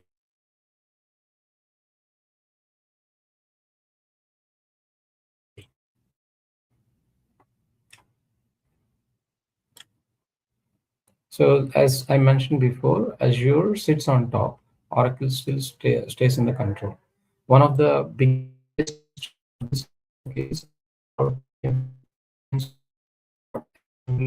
they have done using the configuration. There's still there no ERP level customization, no invasive modifications, no disruption to any of the core ERP platforms that they already have. But Azure connects through REST APIs, event grid functions, and then some machine learning services. This creates a scalable. Maybe you have a 5 use cases today, and you can increase that to another 6, 7, 8, like that. So future-ready intelligence layer on layer above Oracle Cloud PPM. So that's the architecture. Moving on. Right. So this framework, as I mentioned before, has demonstrated measurable benefits. I have participated in one company experiencing this example. That's why I wanted to present here. Benefits across regulated industries, large-scale portfolios. Organizations experienced improved forecasting accuracy, faster billing cycles, reduced revenue leakage, and reduced manual reconciliation effort. Means between PPM and GL, if there is any gaps, some certain accounting did not flow back to GL during the month end, you need to spend time understanding what happened and then fix errors and reprocess. If you know early in advance, you will be saving at the day one, work day one effort.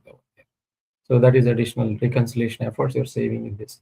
So these improvements directly impact operational efficiency and financial governance maturity as well. Moving to the next.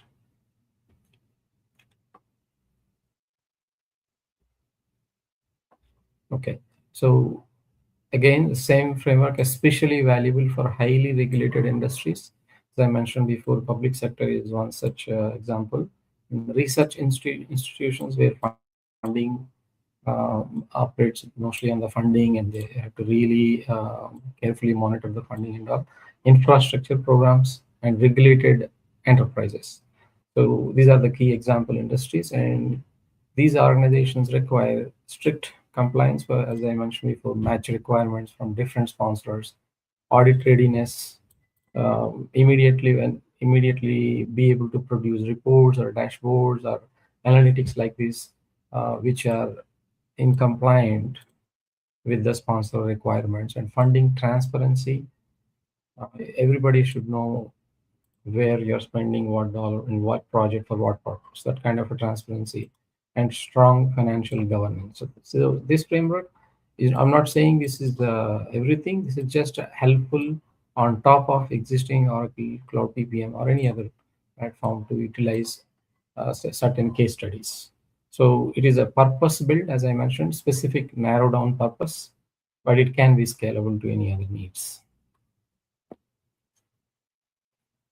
So moving to the last.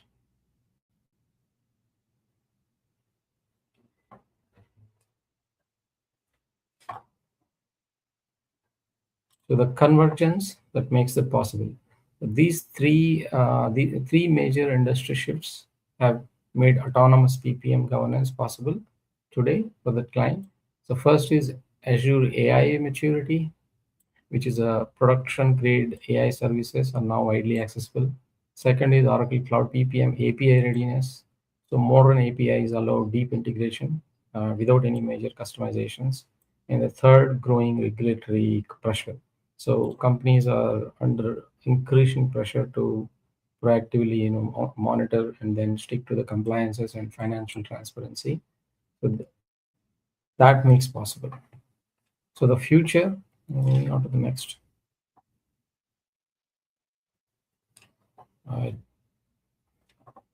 So the future of PPM is predictive, autonomous, and which is already here for that, and it is usable. So to conclude, the future of enterprise PPM is becoming predictive and autonomous. This framework shifts ERP from being only a recording system, data entry, a recording system, into real-time decision intelligence platform as well.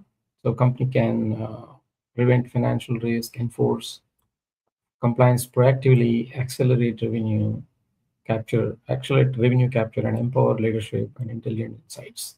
So that's all I would like you to share little bit experience on how we used Azure AI on top of Oracle Cloud PPM. And thank you everyone for your time and attention. I truly really appreciate for the opportunity to present today. I'm happy to answer any questions. Great job. Very good. Nice presentation.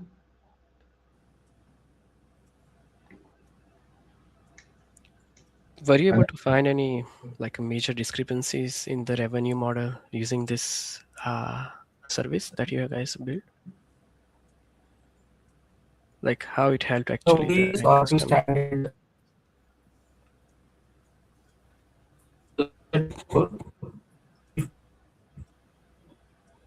to anticipate these can be scalable. An example for a month to maintain cash not for as a project. So this will help in so I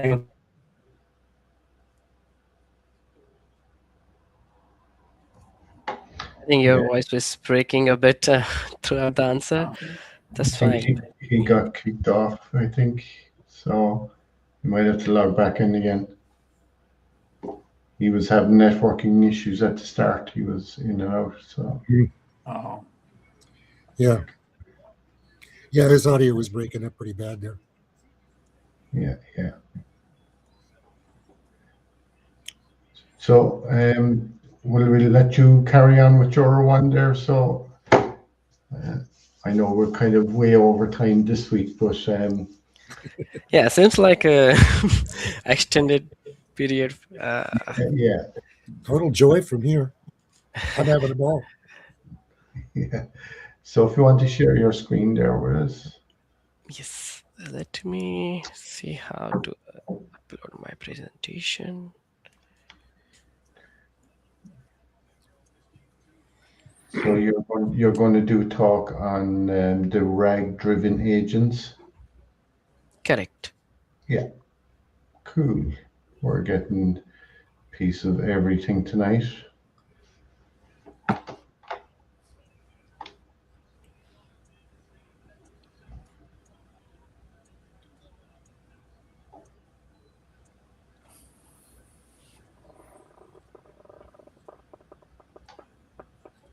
Yeah, there we go. We can see it. Perfect. Yes.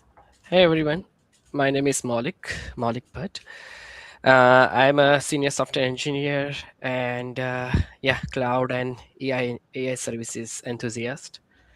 Today I'm going to talk about RAG-driven agents on Azure, like how the search has evolved to the intelligence. Basically, we are going to talk about how the static knowledge is helping the LLM to do better reasoning. All right. Okay. Yes. So we know that LLMs have transformed our industry for past couple of years. It has completely changed how we develop and execute our software systems. But this all the modern LLMs have these problems that are very widely known.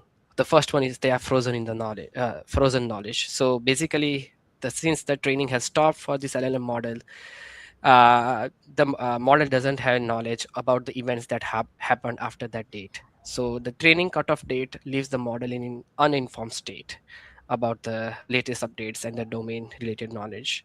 So that's the first problem about frozen knowledge. The second is 40% hallucination rate. So these LLM models without any RAG, they itself hallucinates a lot. So model fabricates the facts many times and it becomes almost undetectable at some point that it is actually a real answer or something that it was fabricated. So that's a major issue with this LLM models.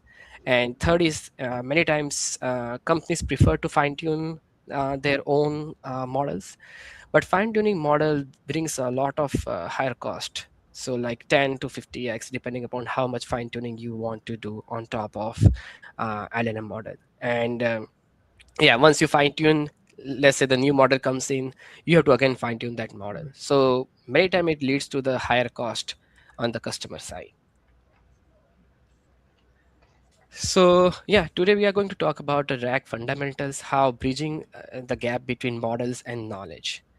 So we all know that. I mean, this is currently the RAG pipeline that most of the industries companies follow.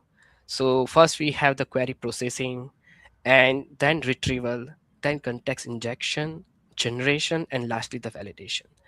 So query processing is basically when before we send the query to the LLM itself, we break it down in subqueries. We identify different tasks underneath, and we retrieve the knowledge based on the different tasks. So let's say the query comes in. It turns out that query processing generated 3 different tasks. 2 of them were related to knowledge retrieval, that we need to retrieve the knowledge from the attached data sources. So this falls under the retrieval part. Once we retrieve this information, we embed that information into the context. So it's called context injection, basically.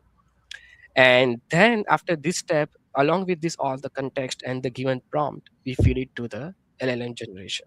So at that point, LLM have more information about the question it has received in the prompt. And along with this context, it can generate a better answer instead of the fabrication. And of course, we always try to have a feedback loop. So we try to do the validation in the end once we have the answer generated from the LLM. So Azure has like a wide range of services, and I'm going to display like how we can plug in some of the services that can help us build these RAG pipelines. So Azure AI Search is another one of the hybrid retrieval that we have today, which works on the vector plus BM25 keyword matching.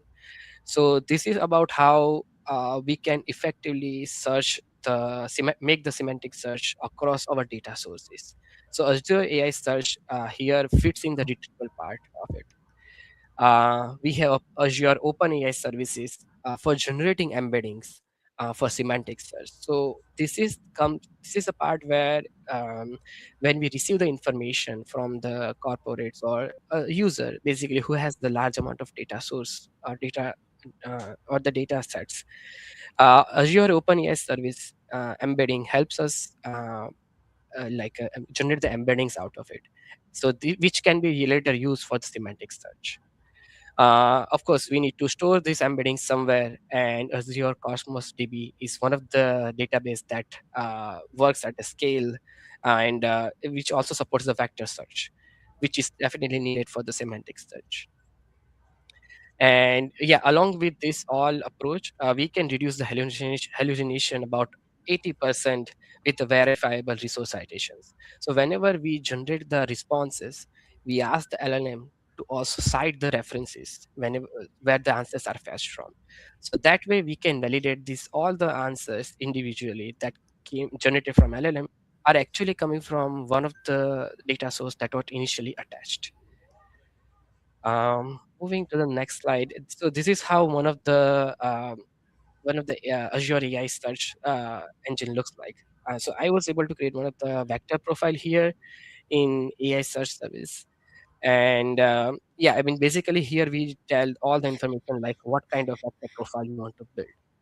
And based on that, yeah, this will help us fuse in the during the search of the data. Now, I just talked about the RAG, but the traditional RAG has some limitations. And we are going to next talk about the agentic RAG. So traditional RAG is like single pass on the fixed pipeline. So once we have the information, we don't iterate over it. It's just a fixed pipeline that once retrieved, we just pass it that information. No refinement on the memory or the memory across the ton. So many times, like the same data is retrieved again and again, which introduce the same some amount of latency. If we have memory across the turns, we can preserve these retrieved embeddings, and that way we can reduce the latency while executing subsequent queries. Even though the first query will have high latency, but subsequent queries can have lower latency using the memory and the refinement. The traditional RAG cannot do the multi-hop reasoning. So let's say we generate the answer using the RAG. The next time the customer or the user asks the next prompt, the prompt has to be coherent. Like multiple prompt answers should be like in the same coherent reasoning process.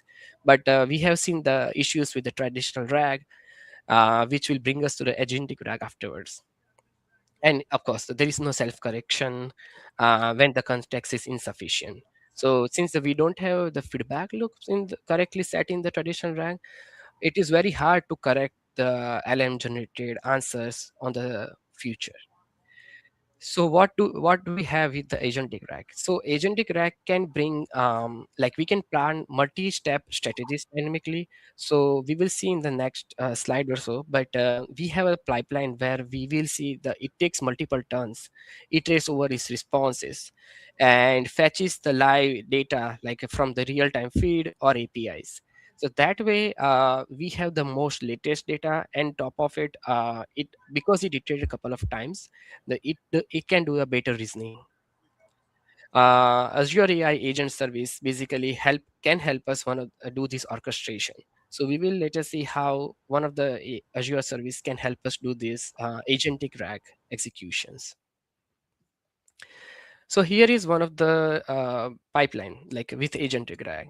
So in this case, user has let's say user has inserted a prompt. So first the prompt goes to the router agent. Router agent identifies that okay, to which agent we should divert this query to, because we have like bunch of agent intended for serving different tasks. Router agent's job is to identify to which agent I should divert this query to. So once the router agent correctly identifies the the agent, the query will be diverted there and it will go to the planner agent. Now, planner agent basically break down this query. It identifies, okay, I need to call a couple of tools, APIs, and another agent to help me, let's say, generate some document or perform some task. So the planner agent's job is to break it down, create subtask underneath, and feed it to the other agents. So here we have the Azure AI search, which can help us do the the planner agent will feed this information for one of the tasks to Azure AI search, where we can do the hybrid and semantic search. Similarly, we have the parallelly research agent. So let's say planner agent identified that it need to feed in this information to one of the research agent they have, which will talk to the database in the Cosmos DB and generate the information out of it. So yeah, the research agent will work with the planner agent and feed it all the information. And all this information will be given to lastly to the validation agent. So verification agents basically validates that whatever the agents have generated so far, it's correctly and coherent. Otherwise, it can reject the response if it can detect the hallucination. And lastly, the synthesis is basically generating the all coherent answer out of the multiple response that we have received from individual agents. So it basically stitches together all the information and give it back to the user, the final answer. So this is basically the simplest way we can imagine the technical architecture of the agentic RAG using the Azure services. Now, I just wanted to showcase what are the Azure offerings we have today. So the first one is Azure AI Search. It's basically index you can think about, where we can index all the information or data sets or data sources that we have received from user, and this all once we index the data, this provides the query a platform for our queries. So it can search with the vector and BM25 search. So this is one of the important and critical service for our RAG system. Second is Azure OpenAI service. This is one of the service that can generate the embedding and offer and we can have the fine tuning of the model, but this is specifically scoped down to the OpenAI models that we have today.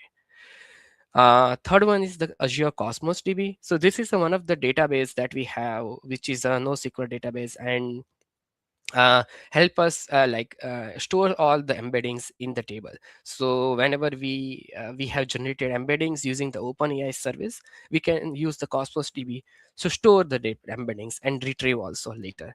And this is a very efficient and performance wise sub latency, like it has very sub 10 seconds latency um, for retrieving these embeddings. Apart from that, we have Azure AI Document Intelligence. So when we receive the documents from the customer, it can be structured data or unstructured data like image or video. So we have this document intelligence service that help us break down this document and generate the make the parse them and make the chunks out of it. So apart from the structured data, this AI document intelligence service help us also index the unstructured data like image, video files, voice files, everything. Otherwise, we have the Azure AI Foundry service. This service is basically a complete framework for building a end-to-end RAG service. So above ones that we have seen that are intended for individual purposes, but this service is kind of a, a framework that can help us plug in these above services as a component in our pipeline.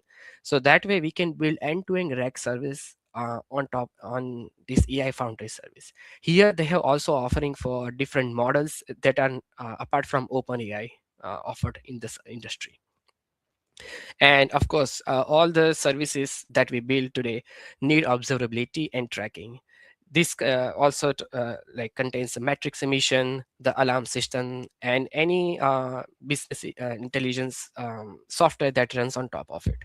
So that's why having a Azure monitoring and apps inside is must. This is one of the vector search I was trying to set up in the Azure Cosmos DB. Just a screenshot to showcase how we can set up a simple vector search in our Cosmos DB today. In real world Azure, using the Azure RACs deployments, we have seen a couple of industries like healthcare, retail, and financial services, and even the large scale enterprise they have seen the performance improvement across the board.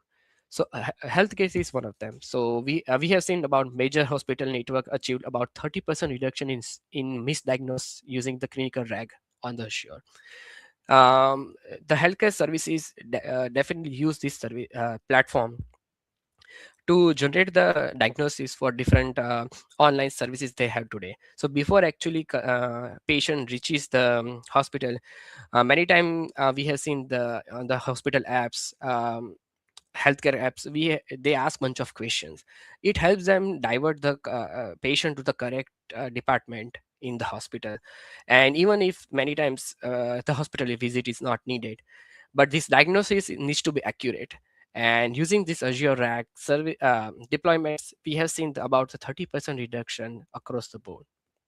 Similarly, we have seen the retail, where the personalized shopping assistants based on the Azure OpenAI and AI search have performs better with the context-aware responses.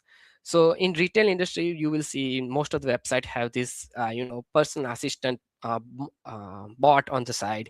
Many times we just try to use it, but it doesn't give us a performant outputs. Like we ended up mostly searching by ourselves, but using this RAG based bots, overall the industry has seen a better performance in finding the correct products that customers are looking for. Similarly, on the financial service side, the fraud detection is one of the important criteria for building the financial services, and combining the structured transaction data with unstructured cases like fraud detected history cases. The RAG services were able to detect better, flag the fraud transactions easily. And lastly, the enterprise data. So enterprise is like have terabytes of data, and we have seen the Copilot demonstrates a rack capability at scale like magnificently. So most of the industry like in the enterprises, we have seen the Copilot being adopted very frequently. Now the Copilot integration is available in most of the even the office suite that we have today, which brings these enterprises easy on board. And the adoption rate is also very even high for this Copilot service. Even though with better RAG mechanism today, we still face lot of like couple of the issues that still outstanding today. One is the missing content. So let's say even with the given data sets and data sources that a user has provided, many times the query comes from in the prompt that doesn't have the we don't have the answers in our knowledge bases. So many times the knowledge bases lack the information that we need. But we do want to stop the LLM from fabricating the answers. We want it to appropriately do the reasoning and ask for the more inputs from the customer. But yeah, this is still a current gap, and there are some mitigations around this, and we'll talk about it. But yeah, this is still an outstanding issue with our LLM generation today. Another one is a low precision. So many times the embedding search that we do today, the semantic search, we try to have the context aware search, but still it ends up fetching the paraphrases which are kind of irrelevant to the query, and they get actually inserted into the final answers also even after the multi-hop validation. What basically it brings the model's output to the low precision.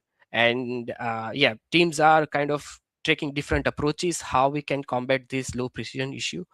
But yeah, still one of the most commonly faced issue in our LLM generated outputs. Third one is the context limit. So context limit is one of the important parameter for LLM models, where how much the context it can take in while generating the output. So we can attach more and more data sets to give the better answers, but it's not like we can feed everything to the LLM. There is a limit how much we can feed this information to the LLM model. And so whenever the query comes in, let's say we got about 8 MB of the data that we want to feed into the LLM. I'm just taking a hypothetical number, but the LLM can take only, let's say, certain like 4 or 6 MB amount of data. So what happens is the LLM faces the issue, and it many times it adds more context from different tools also. So it may end up in the context being overflow, and the query completely fails, or it may answer from the whatever it has so far given to it, and which might not be sufficient. And lastly, the hallucination. So even after feeding this correct information and context to the LLM models, many times LLM just ignores blatantly like the given information, even though we feed in that, okay, give this answer from this given context. And yeah, it ends up in the hallucination. So it is using RAG, we are definitely able to reduce the hallucination, but it's not completely gone. So some of the mitigations that we do while building these rack services on the Azure side is when we make the chunk of tokens, we keep some overlaps like 10 to 50%. So basically we are duplicating some data in the chunks, but just to mitigate the low precision and make the models context aware, we try to do this like overlap chunks. The AI search, the Azure AI search also provides a re-ranker that can help us re-rank our outputs that we have received so far. So that way we can evaluate, basically we are re-evaluating our answers. And of course, we have the hybrid search approach where we can have the vector plus BM25 search, which where we add this 40 to 70% recall boost. So this is the configuration that we apply to the search service while setting up the search index. So that way we can basically reduce the hallucinations. And lastly, the query transformation and multi-query expansion. So instead of having a one query, like we talked about the planner agent, breaking down the query in multiple hops, multiple tasks is definitely helpful. So yeah, these are the one of few of the enterprise patterns that we have seen that a customer adopts to on the Azure platform. So like we talked, Cosmos DB is I think one of the major choices for our users for the low latency at scale. But apart from that, most of the time enterprise adds the Redis cache on top of it, just to reduce the cost on the actual query to the database, because many times the same prompt being are coming from different users. So once we cache the responses, it helps us reduce the cost at the database layer. And yeah, Azure AI Foundry prompt flow is for the pipeline orchestration, like we talked previously. Structured logging, which is definitely needed for traceability. So see, these are the generative AI services. The logging is must, but it's also a PII information. So whatever the answers we get from the LLM, we have to be very careful around how we log in our system, because yeah, it shouldn't be leaking in the services. So the structured logging, also a secure logging is must, and Azure has this service for monitoring service that we can take advantage of. And lastly, the responsible AI is basically contact filtering and groundness detection. So basically, we must have the guardrails in our system, because yeah, it can pollute the LLM's outputs if we don't have guardrails. So the guardrail is today is must. So content filter, whenever the prompts are being fed into the LLMs, we filter first of all. If any guardrails are violated, basically we reject the prompt at the same time. Uh, yep, this is one of the AI Foundry pipeline, the simplest one that I was able to build using that the AI Foundry service. It's a simple RAG pipeline where it's very user friendly overall. And anybody can, like even the product managers or solution architects can build this kind of pipelines without any developer help today. Here is basically we are just saying that this is a pipeline, and so when the user prompts comes in, um, basically here the query rewriting happens, then feed into the open Azure AI search, and then later the semantic re-ranker, and lastly the LLM generator. Basically we are telling that, okay, plug in this component that we had today, that I currently built in the different services, and here we are stitching them together to make the end-to-end pipeline. The next slide is, this is the mainly the next features that industry is looking at. So apart from the text search, of course industry is mainly looking into the text, sorry, the image and table search. So we want a unified embedding approach, not just text, where we can index the embeddings coming from text, image parsing, structure tables from the databases. So multi-model RAG is the next industry standard that we are seeing right now, because the data can come in any format, and we want our RAG system to work across the different modalities. Graph RAG is another one. So the knowledge graph integration for multi-hop reasoning is kind of a must for upcoming services. So Microsoft Graph RAG is one of the place where we can see do the connections between the data sets or information that we have today. So that way we can connect this information and do the better reasoning in the multi-hop processing. The third one is the adaptive system. So uh, apart from like static retrieval strategies, we try to have the dynamic retrieval strategies. So uh, these are the service that we basically we gets the feedback loop in and try to learn and adapt these feedbacks, and take up an approach where let's say we have 3 to 4 different retrieval services that we have, and we want to increase the traffic to one of the services based on the feedback that we receive from validation agents. So let's say the validation agents are giving the output metric that tells us that retrieval 1 service is performing much better than retrieval 2 service. So let's divert the traffic, the incoming traffic, adaptively to the retrieval 1. So this is called dynamic retrieval strategies that improve the performance of the rack system today. And lastly, of course, the privacy preservation, like I previously talked. These are the generative AI, so a service that actually runs on the customer data, and the customer data is like a PI information that we should be aware about and not leaking into any of our services or even in the logs. So we have this Azure confidential computing for securing the cross-org knowledge sharing. These are all information I wanted to share today. These are basically references that I took in from the different resources we have.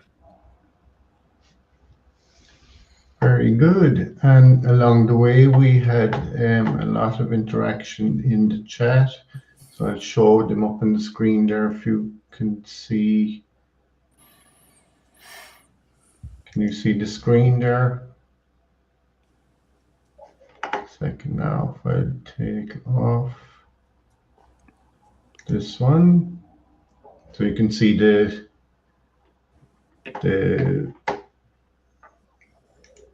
stuff that came in on the chat. So we had this one, never thought 40% hallucination could cause such waste of compute. Thank you, Malik. Another one here. Hey Malik, nice insights. And we had another one. Thanks for giving us a detailed insight on RAG. Very nice, Malik. Yeah, that's it. Any questions, guys?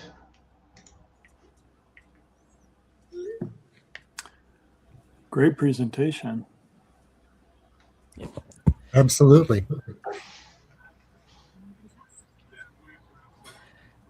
Yeah, thank you for giving the opportunity. No questions, but yeah, that was great. All right. Okay, then this must be the longest show we had. On over the 2 hours, 2 hours, 17 minutes. Yeah, that's it's good to have this many, this kind of problem, right? Too many presenters and people to meet and talk with. It's great. I had to turn down 2 other people this week. I said, look, I've got too many on, so, it's a good problem. Yeah. So Hal, thanks again for joining us. I'm going to fly away and get some dinner. Normally we have it for 1 hour, but sometimes it might be an hour and a half. But yeah, this certainly works for me. As Arnold would say, I'll be back. So awesome. I'm just going to end the live stream. Thanks everyone for joining us. We'll be back here again next week at the same time for the Azure and AI show. Absolute pleasure. Thank you so much.